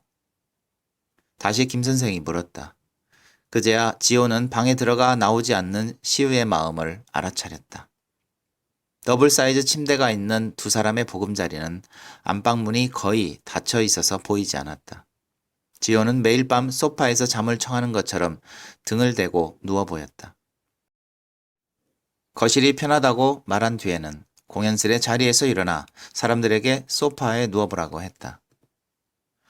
김 선생이 소파 가운데 자리를 차지하고 앉았고 지호는 일어난 김에 부엌으로 가 자신의 머그컵에 물을 받았다. 활동가 형이 찬물을 달라며 지호를 쫓아왔다.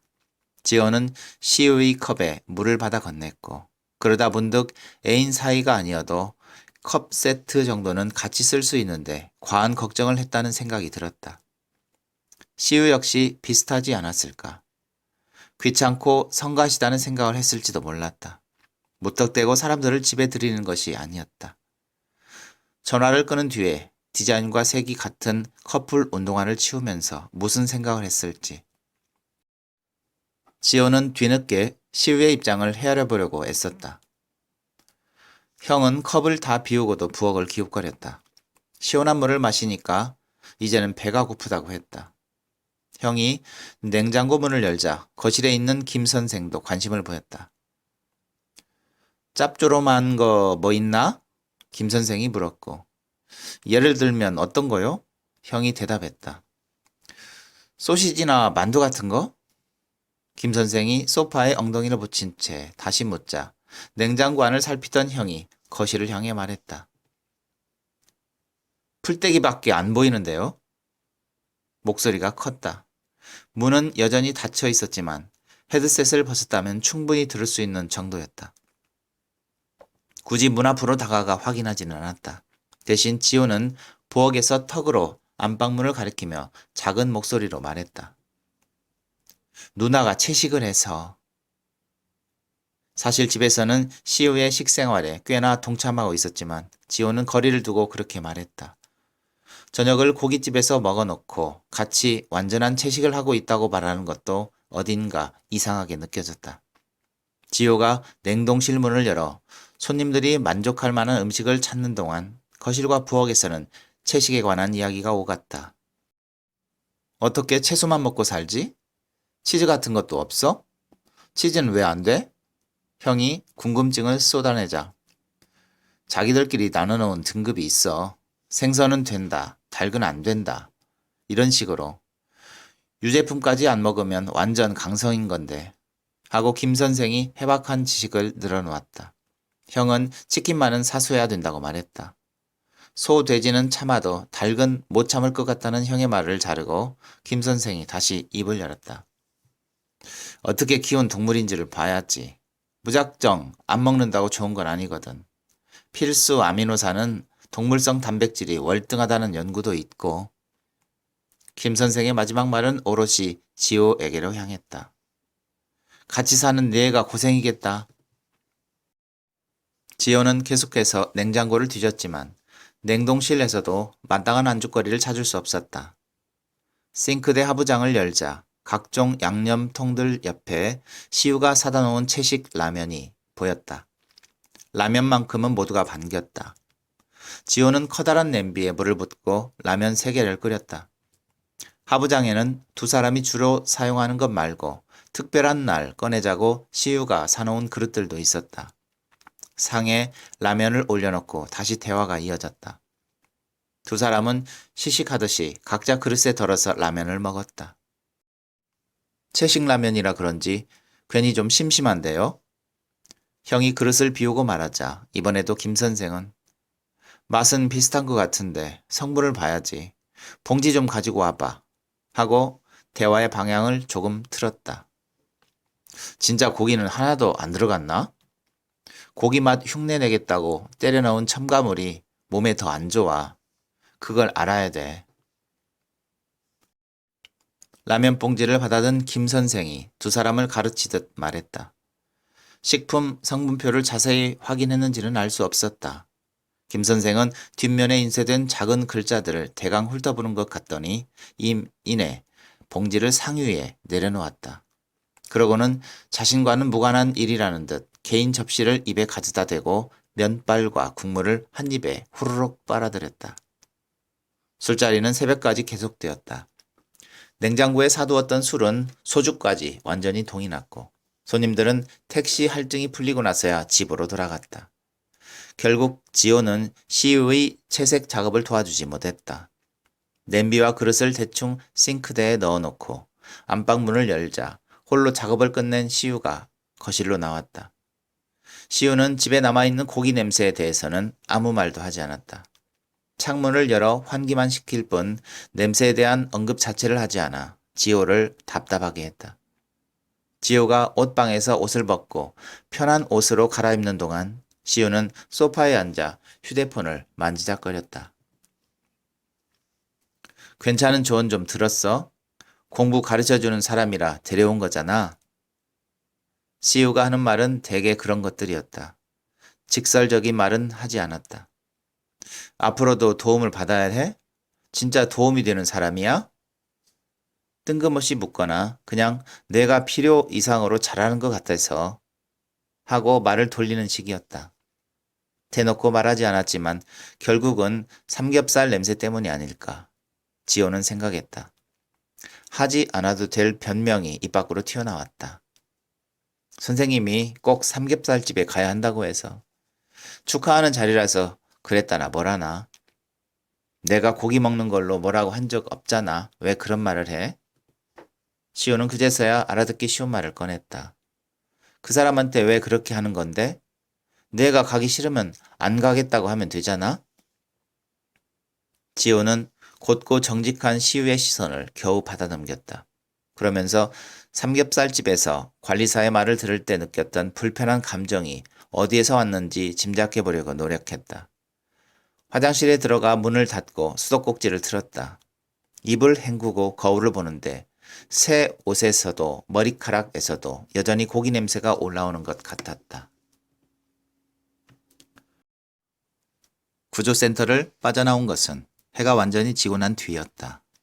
지호는 지상 주차장 계단을 내려오다 무언가 뒤를 잡아 끄는 느낌에 구조센터를 올려다 보았다. 의무가 아니라 사랑으로 일합니다. 쓰여있는 현수막 너머로 그 안에 속해 있기만 하면 다른 사람의 호감을 보장하던 구조센터의 외관이 눈에 들어왔다.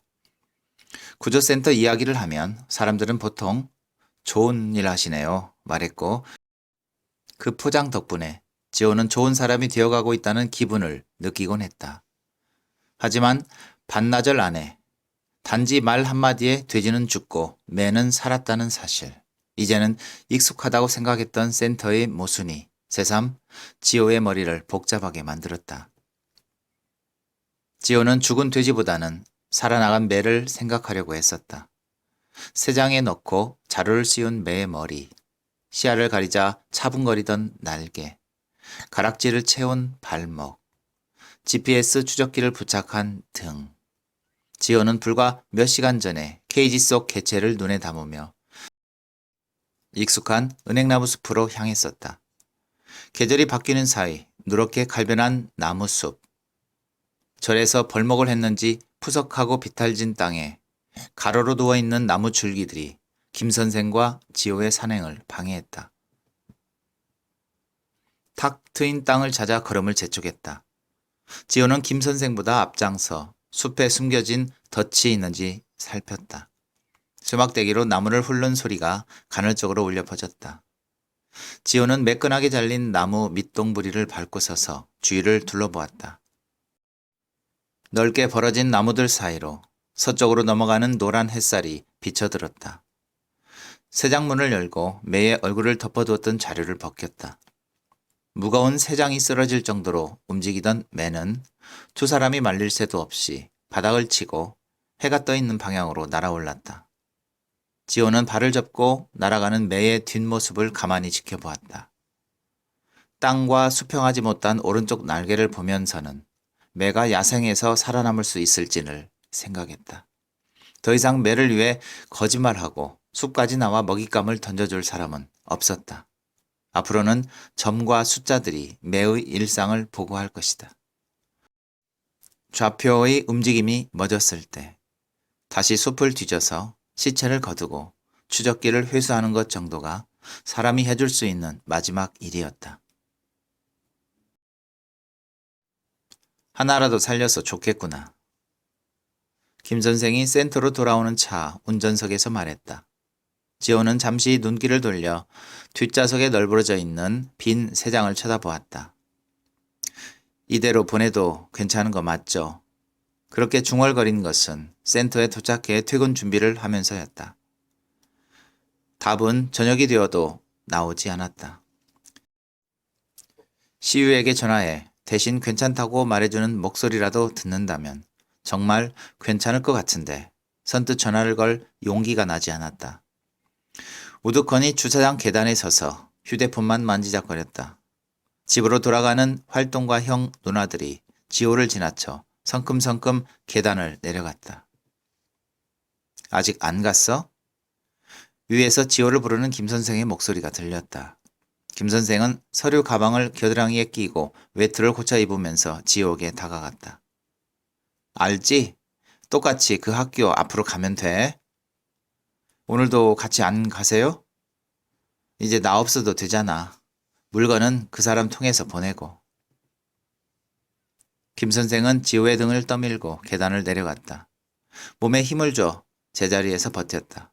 이런 상태로 아르바이트를 가자니 마음이 더욱 내려앉았다. 더는 구조센터 건물을 돌아보는 마음이 만족스럽지 않았다. 지호는 유독 가파르게 느껴지는 계단 마지막 한 칸을 겨우 내려왔다. 그리고 오토바이가 있는 쪽으로 어두컴컴한 주차장 구석으로 터벅터벅 걸어갔다. 야간 아르바이트를 가는 길은 언제나 똑같았다. 칼 가게를 향해 달리던 지방도로를 뒤돌아가 어두침침한 시골길을 달리는 경로. 울퉁불퉁한 흙길에 들어서자 오토바이 바퀴에서 어김없이 자갈 튀는 소리가 들려왔다. 잠깐 오토바이를 세우고 고글과 이어폰을 착용했다.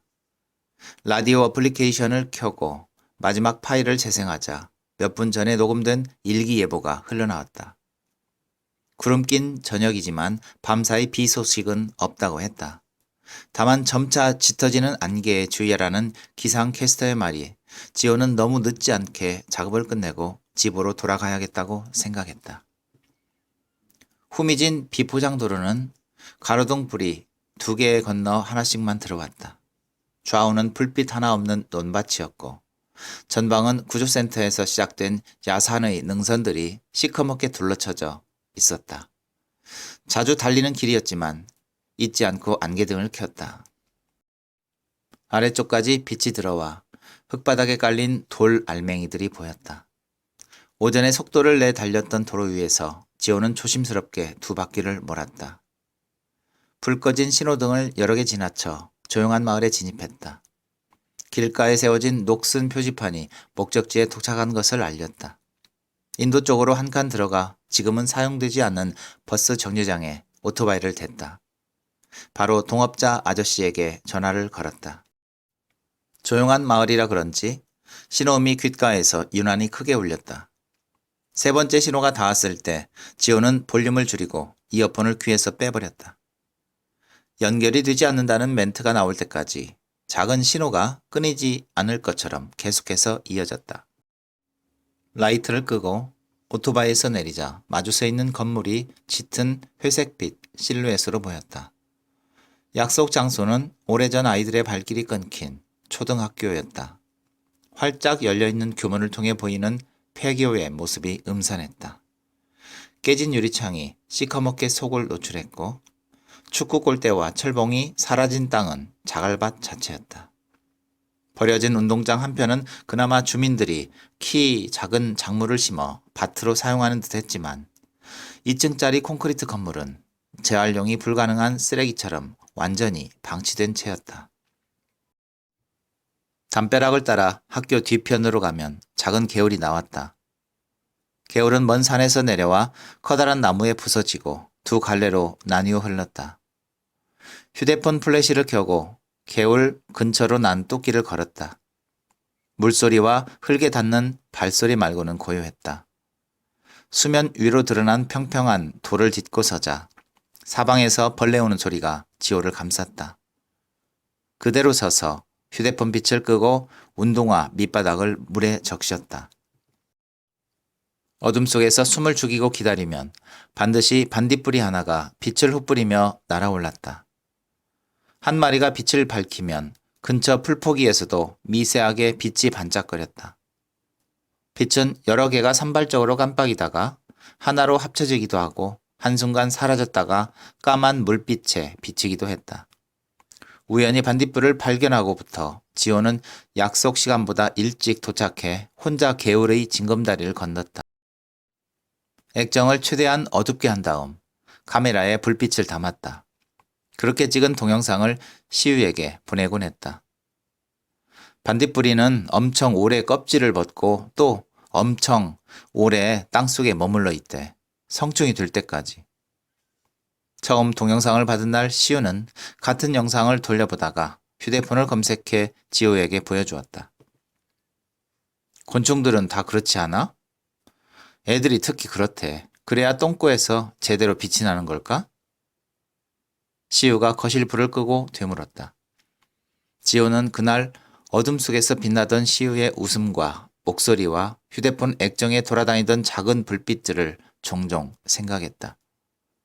황록색 빛에 익숙해진 눈을 한동안 감았다 뜨면 멀리 산 위로 펼쳐진 하늘에도 보일 듯 말 듯 작은 별빛이 가득했다. 날카로운 경적 소리가 찌르듯 퍼졌다.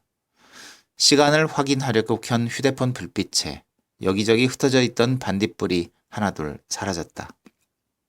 서둘러 개울을 벗어났다. 경적은 학교 운동장을 가로지르는 사이 2번이나 더 울렸다. 길가로 나가자 멀리 라이트를 켜고 정차 중인 동업자 아저씨의 차가 보였다. 상향등이라도 켰는지 새하얀 인공 조명이 교차로 표지판까지 다 주변을 환하게 밝혔다. 지호는 오토바이 트렁크에서 짐을 꺼내 동업자 아저씨의 차로 옮겨갔다. 아저씨의 더블캡 운전석에는 그가 차군이라고 부르는 운전수가 앉아 있었다. 차를 몰아서 차군인지 성이 차씨여서 차군인지는 물어보지 않아 몰랐다. 차군과 지호는 서로 부를 일이 없어 따로 호칭 정리가 필요하지 않은 사이였다. 차군에게 운전대를 맡긴 아저씨는 뒷좌석 오른쪽에 앉아 담배를 피웠다. 차 안이 온통 담배 찢은 냄새로 가득했다. 지호는 운전석 바로 뒷자리에 올라타 잠시 숨을 참았다가 천천히 공기를 뱉었다. 자동차 구석구석 배어있는 쩐내를 단번에 들이마시면 속이 메스꺼렸다. 차 문을 닫자마자 창문을 맨 아래로 내렸다. 아저씨의 손이 운전석 시트를 2번 치자 시끄러운 엔진 소리와 함께 차가 앞으로 움직였다. 김 선생은 안 온다 하대. 꽁초를 창밖에 던지고 아저씨가 지호를 향해 고개를 돌렸다. 안 오는 거냐고 묻는 건지 안 온다 하더라는 말인지 정확히 이해가 되지 않았다. 지호는 입을 꼭 다물고 고개를 끄덕였다. 룸미러에 비친 아저씨만 보면 차 안의 실루엣은 마치 범죄 영화의 한 장면을 연상시켰다. 아래 위 모두 검정색 옷을 입은 아저씨는 쩍 벌린 다리 사이에 기다란 엽총을 끼고 있었다. 형님, 총 좀 내려요. 애 무서워하잖아요. 차군의 말에 아저씨 역시 엉덩이를 살짝 들어 룸밀러를 바라보았다. 거울에 총을 비춰본 아저씨는 총구가 밖으로 향하게 총을 고쳐주고는 걸걸하게 웃었다. 왜 그래? 좋은 일 하러 가는데. 좋은 일이 되게 만들어야 한다고 지호는 속으로만 생각했다. 이거 정말 좋은 연구거든. 김 선생은 낮부터 지호를 학교로 불러놓고 그렇게 말했었다. 오랜 시간 정성을 쏟고 있는 논문이 작은 문제들로 정체기에 빠져 있다고 했다. 한여름인데도 찻잔에 뜨거운 녹차를 우려낸 김 선생은 지호에게 제안하고 싶은 알바가 있다고 뜸을 들이다 말을 꺼냈다. 신종 감염증하고 진드기를 연결 짓는 거야. 산짐승이 밭에 내려왔을 때 가죽에 붙어있던 맥의 진드기가 인간 서식지로 이동한다. 마지막 연결고리만 찾으면 결과가 나올 것 같은데. 왜 자기를 불러서 논문 이야기를 하는지 의아했지만 김 선생의 가설은 지호가 보기에도 제법 그럴듯해 보였다. 진드기를 직접 채취해야 한다는 말까지 듣고 지호는 구조센터의 동물 시체에서 진드기를 찾아내려나 보다 생각하고 있었다. 센터 애들 가지고는 데이터가 안 나와. 김 선생이 지호의 생각을 읽은 것처럼 말했다. 구조한 개체들 몸에는 이상할 정도로 진드기가 없어. 고지대에서 막 내려온 애들 가죽을 벗겨서 전수조사해야 하는데 할 수 있겠어? 제가요? 나중에 대학 와서 할 거 미리 경험하는 거지. 막 그렇게 해도 되는 거예요? 일단 되물어봤지만 지우의 머리는 입을 따라가지 못했다. 정확히 어떤 일을 하라는 건지 감이 오지 않았다. 내가 너한테 못할 일 시키겠어? 김 선생이 큰 소리로 말했다. 당분간 밤에 배달 아르바이트 안 해도 될 거야. 그만큼 챙겨줄게. 정규직 채용도 힘 좀 써보고. 지호는 그저 김 선생을 바라보았다. 괜찮다니까. 너답지 않게 왜 그래? 그게 아니라요. 겨우 그런 대답이 나왔다. 괜찮을 거라고 김 선생은 거듭 말했다. 지호는 너답지 않다는 말을 곱씹었고 더는 대꾸하지 않고 김 선생의 연구실을 빠져나왔다. 건물을 나서려는데 분수대 앞에 나란히 앉아 수다를 떨고 있는 학생들이 보였다. 걱정 없이 누워서 웃고 떠드는 모습이 왠지 심술이 났다. 사람이 없는 벤치를 찾아 걸어가면서 지호는 걸리적거리는 쓰레기를 걷어차고 시우에게 전화를 걸었다. 밤에 알바 하나 하자는데 어떡할까? 돈은 배달 일보다 훨씬 많이 준다는데 어떻게 할지 모르겠어서 지금 선생님네 학교인데 빨리 대답해 줘야 할 것 같기도 하고. 무슨 일을 하는 건데? 시우가 물었지만 지호는 답을 얼버무리고 계속 말을 쏟아냈다. 수의학과 사람들은 다들 하는 모양이던데 이거 하고 나중에 센터에 채용되면 좋은 거 아닌가? 좋은 거겠지? 선생님처럼 돈 받고 일하면서 학교도 다닐 수 있잖아. 그러니까 하고 싶다는 거야? 하기 싫다는 거야? 대답이 바로 떠오르지 않았다. 지호는 그 뒤로도 시우가 묻는 말과 상관없는 말만 늘어놓다가 전화를 끊었다. 멍한 얼굴로 해가 내리쬐는 학교 교정을 서성거렸다. 하고 싶지 않았지만 바로 대답하지 못한 이유를 걸으면서 천천히 생각하려고 했다. 김 선생과 마주치지 않게 수의대 건물과 먼 곳 위주로 남의 대학 캠퍼스를 쏟아냈다. 그렇게 오후 시간을 다 써버리고 나서야 지호는 저녁 당번을 보러 구조센터에 출근했다. 동물 울음소리가 들리는 텅 빈 사무실이 오히려 편했다. 검정고시 문제집을 꺼내 몇 문제 풀어보고 하루 동안 구조센터에 들어오고 나간 동물 장부를 살펴보다가 지호는 자기도 모르는 사이에 김 선생의 데스크탑 컴퓨터를 켜서 논문 파일을 찾아보고 있었다. 영어로 되어 있어 어려웠지만 대강 지호에게 말한 논문이 맞는 것 같다. 페이지마다 다른 종류의 진드기와 동물 가죽 사진이 첨부되어 있었다. 형체를 알 수 없는 이미지만 계속 들여다봐서 그런지 속이 거북했다. 지호는 바깥 공기를 쏘이기 위해 또다시 드넓은 구조센터를 배회했고 계류장과 입원실을 크게 한 바퀴 돌아 후문에 위치한 소각장 앞에서 다리를 멈췄다. 벽 앞에 쌓여있는 특수 비닐 더미에 플래시를 비추자 날아오르는 파리들의 몸이 빛을 반사해 반짝였다. 지호는 제일 위에 놓여있는 비닐을 찢어 어린 살그의 시체를 살짝 들쳤다. 오후 5시에 안락사한 것으로 기록되어 있는 살개 가죽은 온기 하나 없이 차가웠다. 가죽 가까이 휴대폰 플래시를 가져다 댔다. 털 사이사이에 강한 빛을 비췄지만 밝은 빛을 되비치는 허연 속가죽만 드러날 뿐 지호가 찾는 진드기는 발견할 수 없었다. 아래 깔려있는 가죽도 마찬가지였다. 동물들의 가죽은 인형처럼 깨끗했다. 진드기는커녕 피나 상처의 흔적 같은 것도 전혀 남아있지 않았다. 다음날 아침 계류장 근처를 서성이는 지호를 보고 김 선생은 말했다. 그 진드기들 때문에 가축 안락사도 늘어날 거야. 지금은 치료 방법이 없으니까.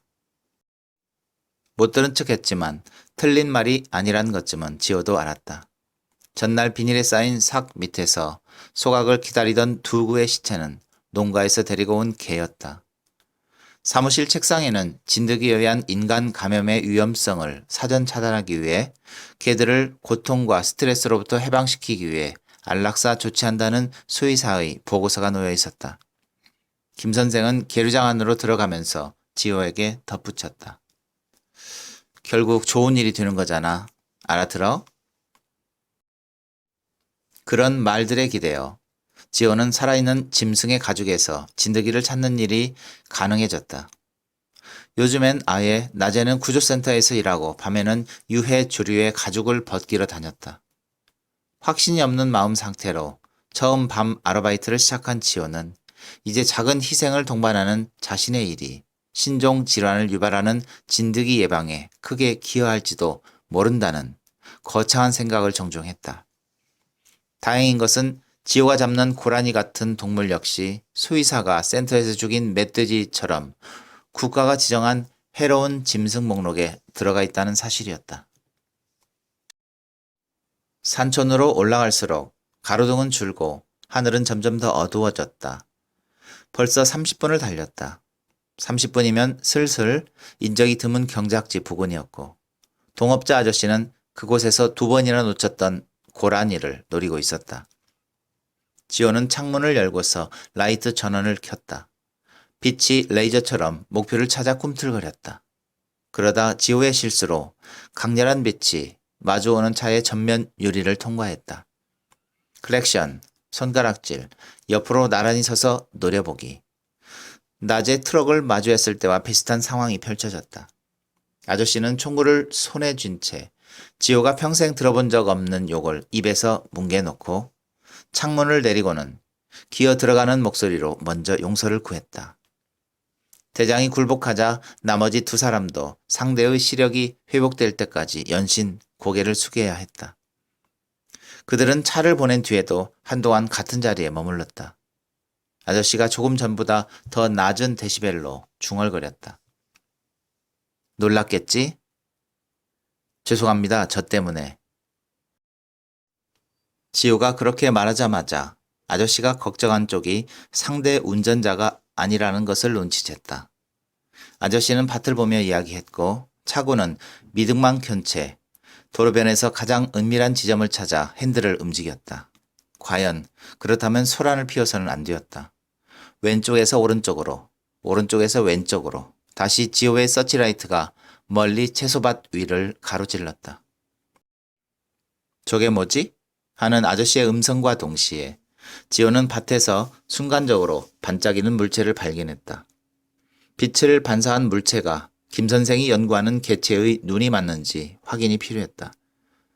지호는 최대한 소리가 나지 않게 차 문 손잡이를 당겼다. 예민하게 빛의 각도를 유지하면서 발 한쪽을 땅에 디뎠다. 그때 다시 한번 빛을 받은 안광이 반짝이는가 싶더니 탕! 하고 아저씨의 베레타 엽총이 요란한 굉음을 냈다. 지호는 두꺼운 박달나무 가지를 들어 그것의 머리를 힘껏 내리쳤다. 갓 차에서 내려 총성이 울렸을 때를 생각하면 상상도 하지 못한 일이었다. 하지만 솔직히 말하자면 지호는 거듭 안광이 반짝였을 때 어쩌면 고라니가 아닐지도 모른다고 생각했었다. 쓰러진 무언가를 향해 달려오는 내내 그 예감을 떨쳐낼 수가 없었다. 밭은 헤드랜턴이 아니면 아무것도 보이지 않을 만큼 어두웠다. 빛이 조금만 먼 곳을 비춰도 구덩이에 발이 빠지고 발목까지 씌운 신발 비닐이 계속 미끄러졌다. 습기 먹은 흙냄새를 뚫고 달콤한 작물 냄새가 퍼졌다. 피냄새는 그 아래 육중하게 깔려 있었다.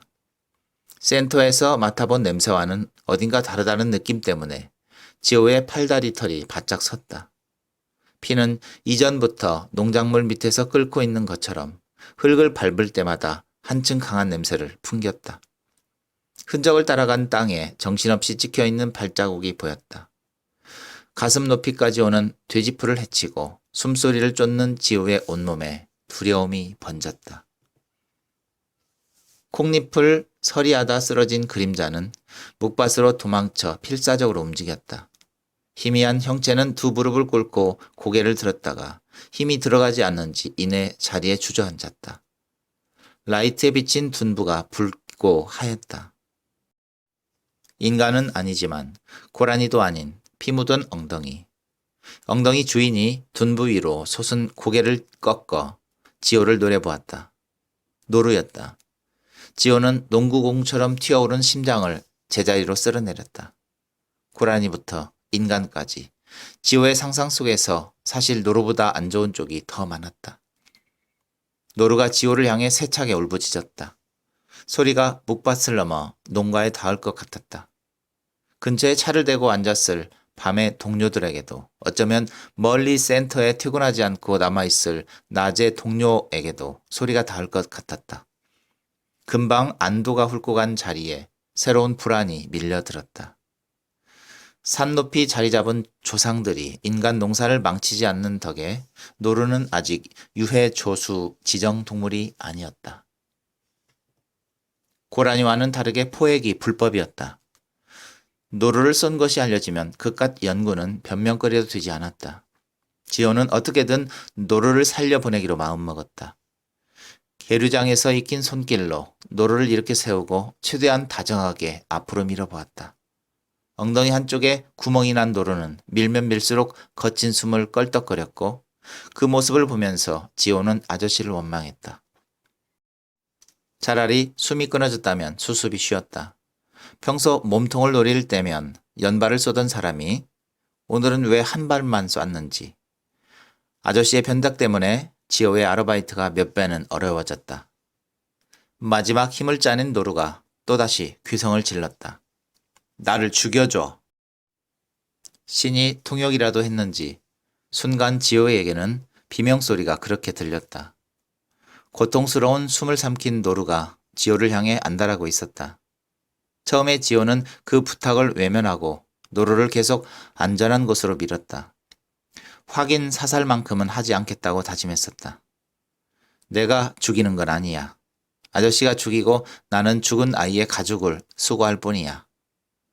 언젠가 시우가 묻는다면 거짓을 보태지 않고 그렇게 말하고 싶었다. 박달나무 가지로 노루의 머리를 내리친 건 그러니까 아무도 모르는 일이 될 거였다. 눈을 질끈 감고 몇 차례 더 머리를 강타했다. 노루는 바닥에 진동할 정도로 다리를 움직이며 지호를 올려다보았다. 박달나무보다 더 단단한 것을 찾아야 했다. 흙이 손톱 사이로 파고들 때까지 바닥을 쓸어보았지만 손에 잡히는 것은 돌멩이와 가느다란 나뭇가지 뿐이었다. 닥치는 대로 날카로운 물질을 찾아 헤매던 지호의 손이 어느새 가방에서 새 칼을 빼들었다. 지호는 떨리는 손으로 노루의 목덜미를 잡았다. 칼끝이 뼈마디에 스치는 소리가 들렸다. 불쾌한 감각이 파열음을 비집고 손에 스며들었다. 노루의 눈동자가 짧은 호흡과 함께 돌아갔다. 그 모습에 꼭 유해 조수가 아니더라도 일단 가죽은 확보하라고 말하던 김 선생의 얼굴이 불현듯 떠올랐다. 초점을 잃은 지호의 눈동자가 흔들렸다. 손만은 습관이 된 것처럼 꼬리를 자르고 발목을 동그랗게 돌려 가죽을 벗길 준비를 하고 있었다. 뒤에서 낯선 기척이 느껴졌다. 근처에 다른 노루들이 있을지도 몰랐다. 지호는 초식 동물처럼 상체를 들고 주변을 둘러보았다. 묵밭에 자란 풀 위로 솟아오른 귀는 보이지 않았다. 다시 노루 앞에 무릎을 꿇고 앉았다. 풀숲 사이로 빛을 비추자 기다란 그림자들이 바람에 흔들렸다. 무서운 생각이 들었다. 피냄새를 맡은 들깨가 몸을 낮추고 다가오고 있다는 생각. 새끼를 잃어버린 멧돼지가 굶주린 미지의 짐승이 웅크린 채 자신을 노려보고 있다는 생각. 지호는 헤드랜턴을 끄고 자세를 정비했다. 혹시 제 뒤에 뭐 있어요? 하고 소리쳐 보았지만 아저씨의 목소리가 돌아오지 않았다. 칼끝은 노루의 뼈마디에 단단하게 박힌 상태였다. 순간 날카로운 무언가가 지호의 목덜미에 닿았다. 신음을 뱉으며 팔을 휘저었다. 큰 날벌레의 날개짓 소리가 귓가에 웅웅거렸다. 살아 움직이는 것은 날벌레 몇 마리와 지호의 팔뿐이었다. 칼을 뽑아 저항해야 할 만큼 위험한 짐승은 나타나지 않았다. 지호는 눈을 감고 칼자루를 비틀었다. 내장을 비우려면 항문을 절개하고 배까지 기를 내야 했다. 암수능이 찾아와 조명을 켜지 않아도 노루의 몸이 잘 보였다. 손잡이를 잡고 힘주어 아래로 칼을 그었다. 그때 칼이 스친 몸통에서 뿌연 액체가 떨어졌다. 피보다 맑고 냄새가 비리지 않은 액체였다. 가슴에서 흘러내린 액체의 정체를 알아채고 지호는 그만 칼을 내려놓았다. 눈에서 눈물이 나올 것 같았다. 이미 잘려나간 가죽만 허겁지겁 지퍼백에 담았다. 묵밭을 향해 달릴 때 느꼈던 거대한 불안이 다시 지호의 전신을 잠식했다. 잘 마무리했냐? 아저씨가 짐칸에 지퍼백을 싣는 지호에게 물었다. 지퍼백의 부피가 평소보다 작았다. 지호는 연구에 유효할 만큼의 가죽을 담아오지는 못했지만 대신 목소리에다 조금 전에 느낀 감정을 고스란히 담았다. 노루였어요. 노루라는 말에 아저씨는 황급히 지퍼백을 들춰보았다. 노루는 쏘면 안 되잖아요. 어떻게 해요? 지호가 물었지만 밭에서처럼 돌아오는 대답은 없었다. 왜 한 발만 쏘셨어요? 엉덩이 노리고 쐈잖아요. 전에 엉덩이를 쏠 때는 확실하게 2발씩 쏜다고 했잖아요. 계속해서 쏘아붙이자 마침내 아저씨가 곧게 닫혔던 입을 열었다. 왜 살아있든? 지호는 가까스로 받아쳤다. 그건 아니고요. 그 알맹이 빠진 대화를 마지막으로 두 사람은 서로 말을 섞지 않았다. 아저씨의 신호를 받은 차곤이 시동을 걸었고 세 사람이 탄 차는 다시 어둡고 좁은 산촌의 내리막길을 천천히 내려가기 시작했다. 가로등이 켜진 곳까지는 또 30여 분을 그렇게 달려야 했다. 안개등을 켜고 민가 주변을 빠져나오는데 손전등을 든 농민이 하나 둘 도로변에 나타났다. 밭을 하나 건널 때마다 한 명씩, 조금 뒤에는 적지 않은 무리가 차 주변에 모여들었다. 지호는 목격자가 나타난 것 같은 노파심에 반대쪽으로 고개를 돌렸다. 방수포로 덮어둔 짐칸에는 반쪽짜리 노루의 가죽이 함께 타고 있었다. 무슨 일이에요? 아저씨가 창문에 머리를 내밀고 제일 나이가 많아 보이는 사람에게 물었다. 웬 총소리인가 하고 혹시 군청에서 나온 사람들인가?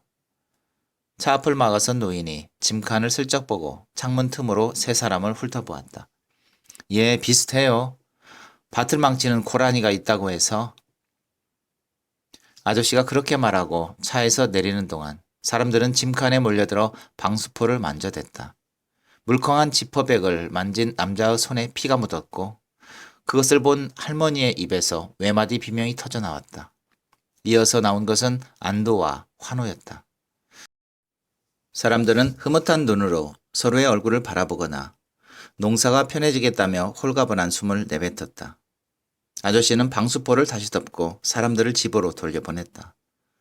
처음 만났을 때와 처음 나타났을 때와 반대로 그림자가 하나둘 어둠 속으로 사라졌다.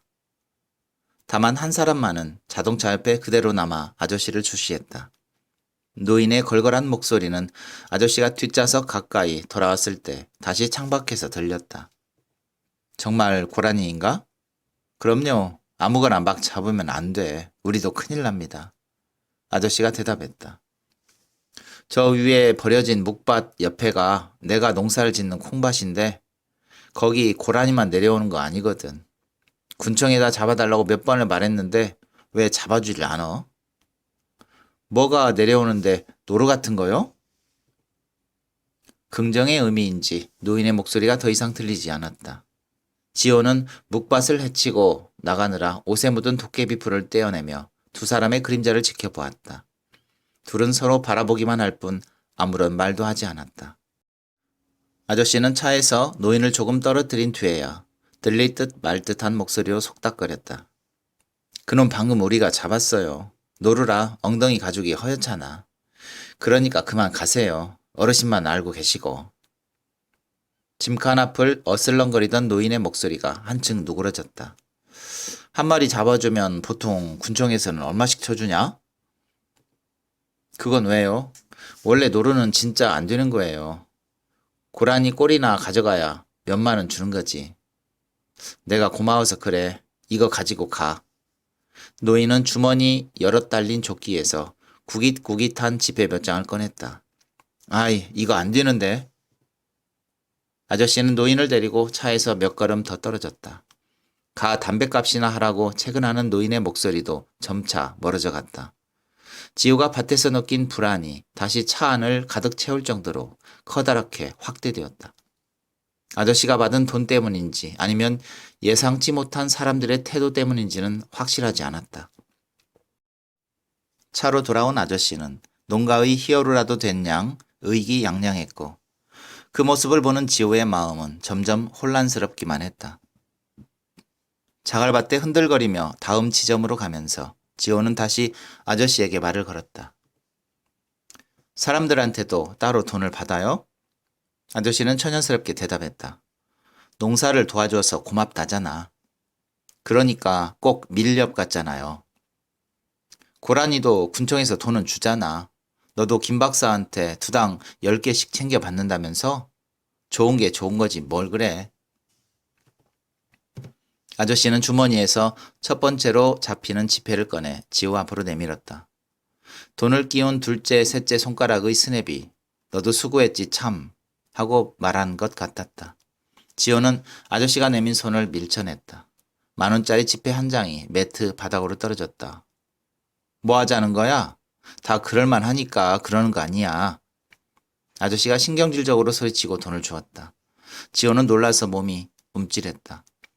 헤어지기 전 시우가 했던 말을 아저씨의 입에서 들을 줄은 몰랐다. 처음 밤 아르바이트를 마치고 돌아간 날에 시우는 몸을 바짝 붙이고 앉아 무슨 일을 하고 왔는지 따져 물었었다. 너한테 나지 않던 냄새가 나. 시우는 지우의 손을 잡고 말했다. 오늘부터 수술실 일 돕는다고 했잖아. 거짓말이지? 내가 왜 그런 거짓말을 해? 지호는 제 속이 비칠까봐 괜히 성을 냈다. 왜 한다고 했어? 뭐가? 하고 싶지 않은 것 같았는데 알바 왜 맡은 거야? 예전처럼 그렇게 된 거야? 시우의 질문은 어느새 아르바이트를 넘어 두 사람이 처음 만났던 팸 시절을 향해 가고 있었다. 다툴 때면 시우는 한 번씩 꺼내는 레퍼토리였다. 시간을 거슬러 올라가면 그 끝에는 어김없이 형들을 따라 저질렀던 지호의 비행들이 나왔다. 비쩍 마른 노인들에게서 빼앗은 돈으로 산 음식이 싫어서 시우는 아지트를 자주 떠나 있었다고 했다. 시우는 아직도 이해가 되지 않는다고 했다. 그런 사람이 아니면서 왜 그런 짓들을 했어? 하는 흐름까지 가지 않으려면 지호는 자리를 피하거나 오히려 더 세게 나가야 했다. 그때는 어쩔 수 없이 형들이 시키는 대로 하는 거잖아. 또 왜 그러는데? 지호가 화를 내자 시우는 정색을 하고 물었다. 그 사람이 오늘 뭐 시켰어? 그냥 연구 재료 때문에 칼 쓰는 거야. 아까도 말했잖아. 그랬지. 시우는 그렇게 말하고 몸을 돌리고 앉아 휴대폰을 만지작거렸다. 너 그럴만 하니까 그랬던 거잖아. 내가 감당할 만하니까. 그 말은 대화가 끊기고 나서 한참 뒤에 했다. 둘은 각자 휴대폰을 보다 샤워를 했고 같은 공간에서 TV를 보다 늦은 시간에 잠이 들었다. 자기 전까지는 분위기가 나쁘지 않았기에 지호는 그 말을 대수롭지 않게 여겼다. 시우가 집을 나간 건 그저 새로 하는 아르바이트가 마음에 들지 않아서인가 보다 생각했다. 그런데 시우가 했던 말을 아저씨에게도 들었다. 말투는 완전히 달랐지만 내용은 같았다. 그 말은 그래도 될 때는 그렇게 한다는 말이다. 그래도 무방하니까 아무렇지 않게 앞으로 나간다는 뜻이다. 형님, 여기서 더 할까요? 형님 하는 소리에 지호는 묘한 위화감을 느꼈다. 아저씨가 말없이 고개를 끄덕이자 차고는 또 다른 경작지 부근에 차를 세우고 서치라이트 전원을 켰다 끄기를 반복했다. 엔진 소리만 존재했던 차 안에 플라스틱 스위치 소리가 더해졌다. 차 유리를 통과해 허공을 밝히는 빛을 보면서 지호는 자신이 담당하는 업무 하나를 떠올렸다. 출근길에 본 영상에서 야산에 랜턴 조명을 켜놓고 노루를 사냥하던 남자가 외친 형님이 혹시 같은 사람이 아닐까 생각한 것은 바로 그때였다. 혹시 저 말고도 같이 일하는 사람 있어요? 아저씨는 조금도 망설이지 않았다. 있지. 그 사람 돈을 주고 동영상도 찍어요? 룸미러로 뒷좌석을 쳐다보던 차군의 시선이 느껴졌다. 아저씨 역시 거울을 힐끗 보더니 아무렇지 않게 지호를 보고 말했다. 왜 한번 찍어보려고? 해봐. 요새는 휴대폰 카메라도 잘 나와. 지호는 아저씨가 꺼낸 휴대폰을 바라보았다. 그러다 불현듯 자신의 아르바이트도 카메라에 찍히는 건 아닐까 하는 끔찍한 상상에 빠져들었다. 머릿속에서 구조센터의 수의사, 재활관리사, 자원활동가가 모두 모여 영상을 보고 있는 모습이 재생되었다. 갑자기 눈앞이 어지러면서 현기증이 났다. 고개를 숙이고 몸을 들썩거리자 아저씨가 손을 뻗어 지호의 등에 얹었다. 그 손을 튕겨내듯이 몸을 일으켰다. 눈을 치켜뜨고 아저씨를 쳐다봤다. 아저씨 역시 갈 곳 잃은 손을 거두고 지호를 똑바로 쳐다봤다. 아저씨는 이웃들에게 해로운 짐승만 퇴치하는데 뭐가 문제냐면서 진심으로 의아해했다. 아저씨의 논리에도 맞는 구석이 있을지 몰랐다. 그에게는 이미 환호를 보내는 사람들이 있고 오전에 본 영상의 댓글도 분위기가 생각보다 나쁘지 않았다. 그래도 지호는 아저씨를 향해 나를 세웠다. 왠지 그렇게 하지 않으면 안 될 것 같았다. 해로우면 사람도 쏘시겠어요? 아저씨는 말이 없었다. 쏴본 적 있으세요? 그냥 투정이었다. 그렇지 않아도 복잡한 하루를 보냈는데 갑자기 CEO와 똑같은 말을 꺼낸 아저씨에게 튀어나온 반항 같은 거였다. 어둠 속에서 정적이 흘렀다. 차 안은 차군이 서치라이트 스위치를 조작하는 소리 말고는 고요했다. 지호는 무슨 소리를 하고 싶은 거냐고 멱살을 잡거나 내가 무슨 사람이라도 주겠느냐고 일갈하는 아저씨의 반응을 기다렸다. 평소 보여준 모습이라면 충분히 그러고도 남을 사람이었다. 쇠가 마찰하는 소리가 들리더니 아저씨는 고함 대신 엽총을 치켜 올려 총구를 흔들었다. 총구가 지호를 향했다. 지호는 깜짝 놀라 점퍼 주머니에 손을 넣었다. 손을 더듬거리자 칼집에 꽂힌 칼이 만져졌고 지호는 반사적으로 그 생각을 해냈다는 사실에 훨씬 더 놀랐다. 바로 앞에서 총알이 발사되는 압력이 가해졌다. 갑자기 멍해진 귀에서 지금껏 들어보지 못한 이명이 들려왔다. 지호는 뺨에 흐르는 물이 땀인지 피인지 자각하지 못하는 상태로 차에서 뛰어내렸다. 혹시 있을 두 번째 총성을 피해 몸을 숙이고 밭을 향해 도망쳤다. 문득 안개가 심해 가시거리 확보가 어려울 거라는 일기예보가 떠올랐다. 그리고 그 순간 아이러니하게도 핸들링이 쉬워 살아남기 수월했던 지난날의 기억들이 스쳤다. 꼴이나 가지고 와. 기다렸던 일갈은 그때 나왔다. 아저씨가 소리친 방향에 지호가 있고 더 멀리에 쓰러져 바둥거리는 그림자가 있었다. 지호는 몸을 일으켜 곧장 그림자를 향해 빠르게 걸어갔다. 무언가에 홀린 것처럼 다리가 저절로 움직였다. 지호는 눈을 감았다. 그림자의 꼬리를 자르려는데 차에서 소환되어 버린 시유의 말이 다시 떠올랐다. 생각해보면 시유가 그린 만화 속 돼지도 비슷한 말을 했었다. 당신을 안다. 괭이를 든 돼지의 대사가 시유의 목소리로 지우의 머릿속을 떠다녔다. 다시 그림자의 꼬리를 잘랐다. 아무런 생각이 나지 않을 때까지 꼬리를 썰었다. 칼날에서 무언가 떨어져 나가는 느낌이 들었다. 눈을 뜨고 보았을 때 그것은 농작물의 줄기였고 나무 부스럭이었고 난도질 당한 흙과 뿌리와 썩은 잎사귀들이었다. 고개를 들자 정신없이 도망치는 그림자가 보였다. 뒤에서 차문이 닫히는 소리가 들려왔다. 동시에 아저씨의 서치라이트가 지우의 등을 조용히 스쳐 지나갔다.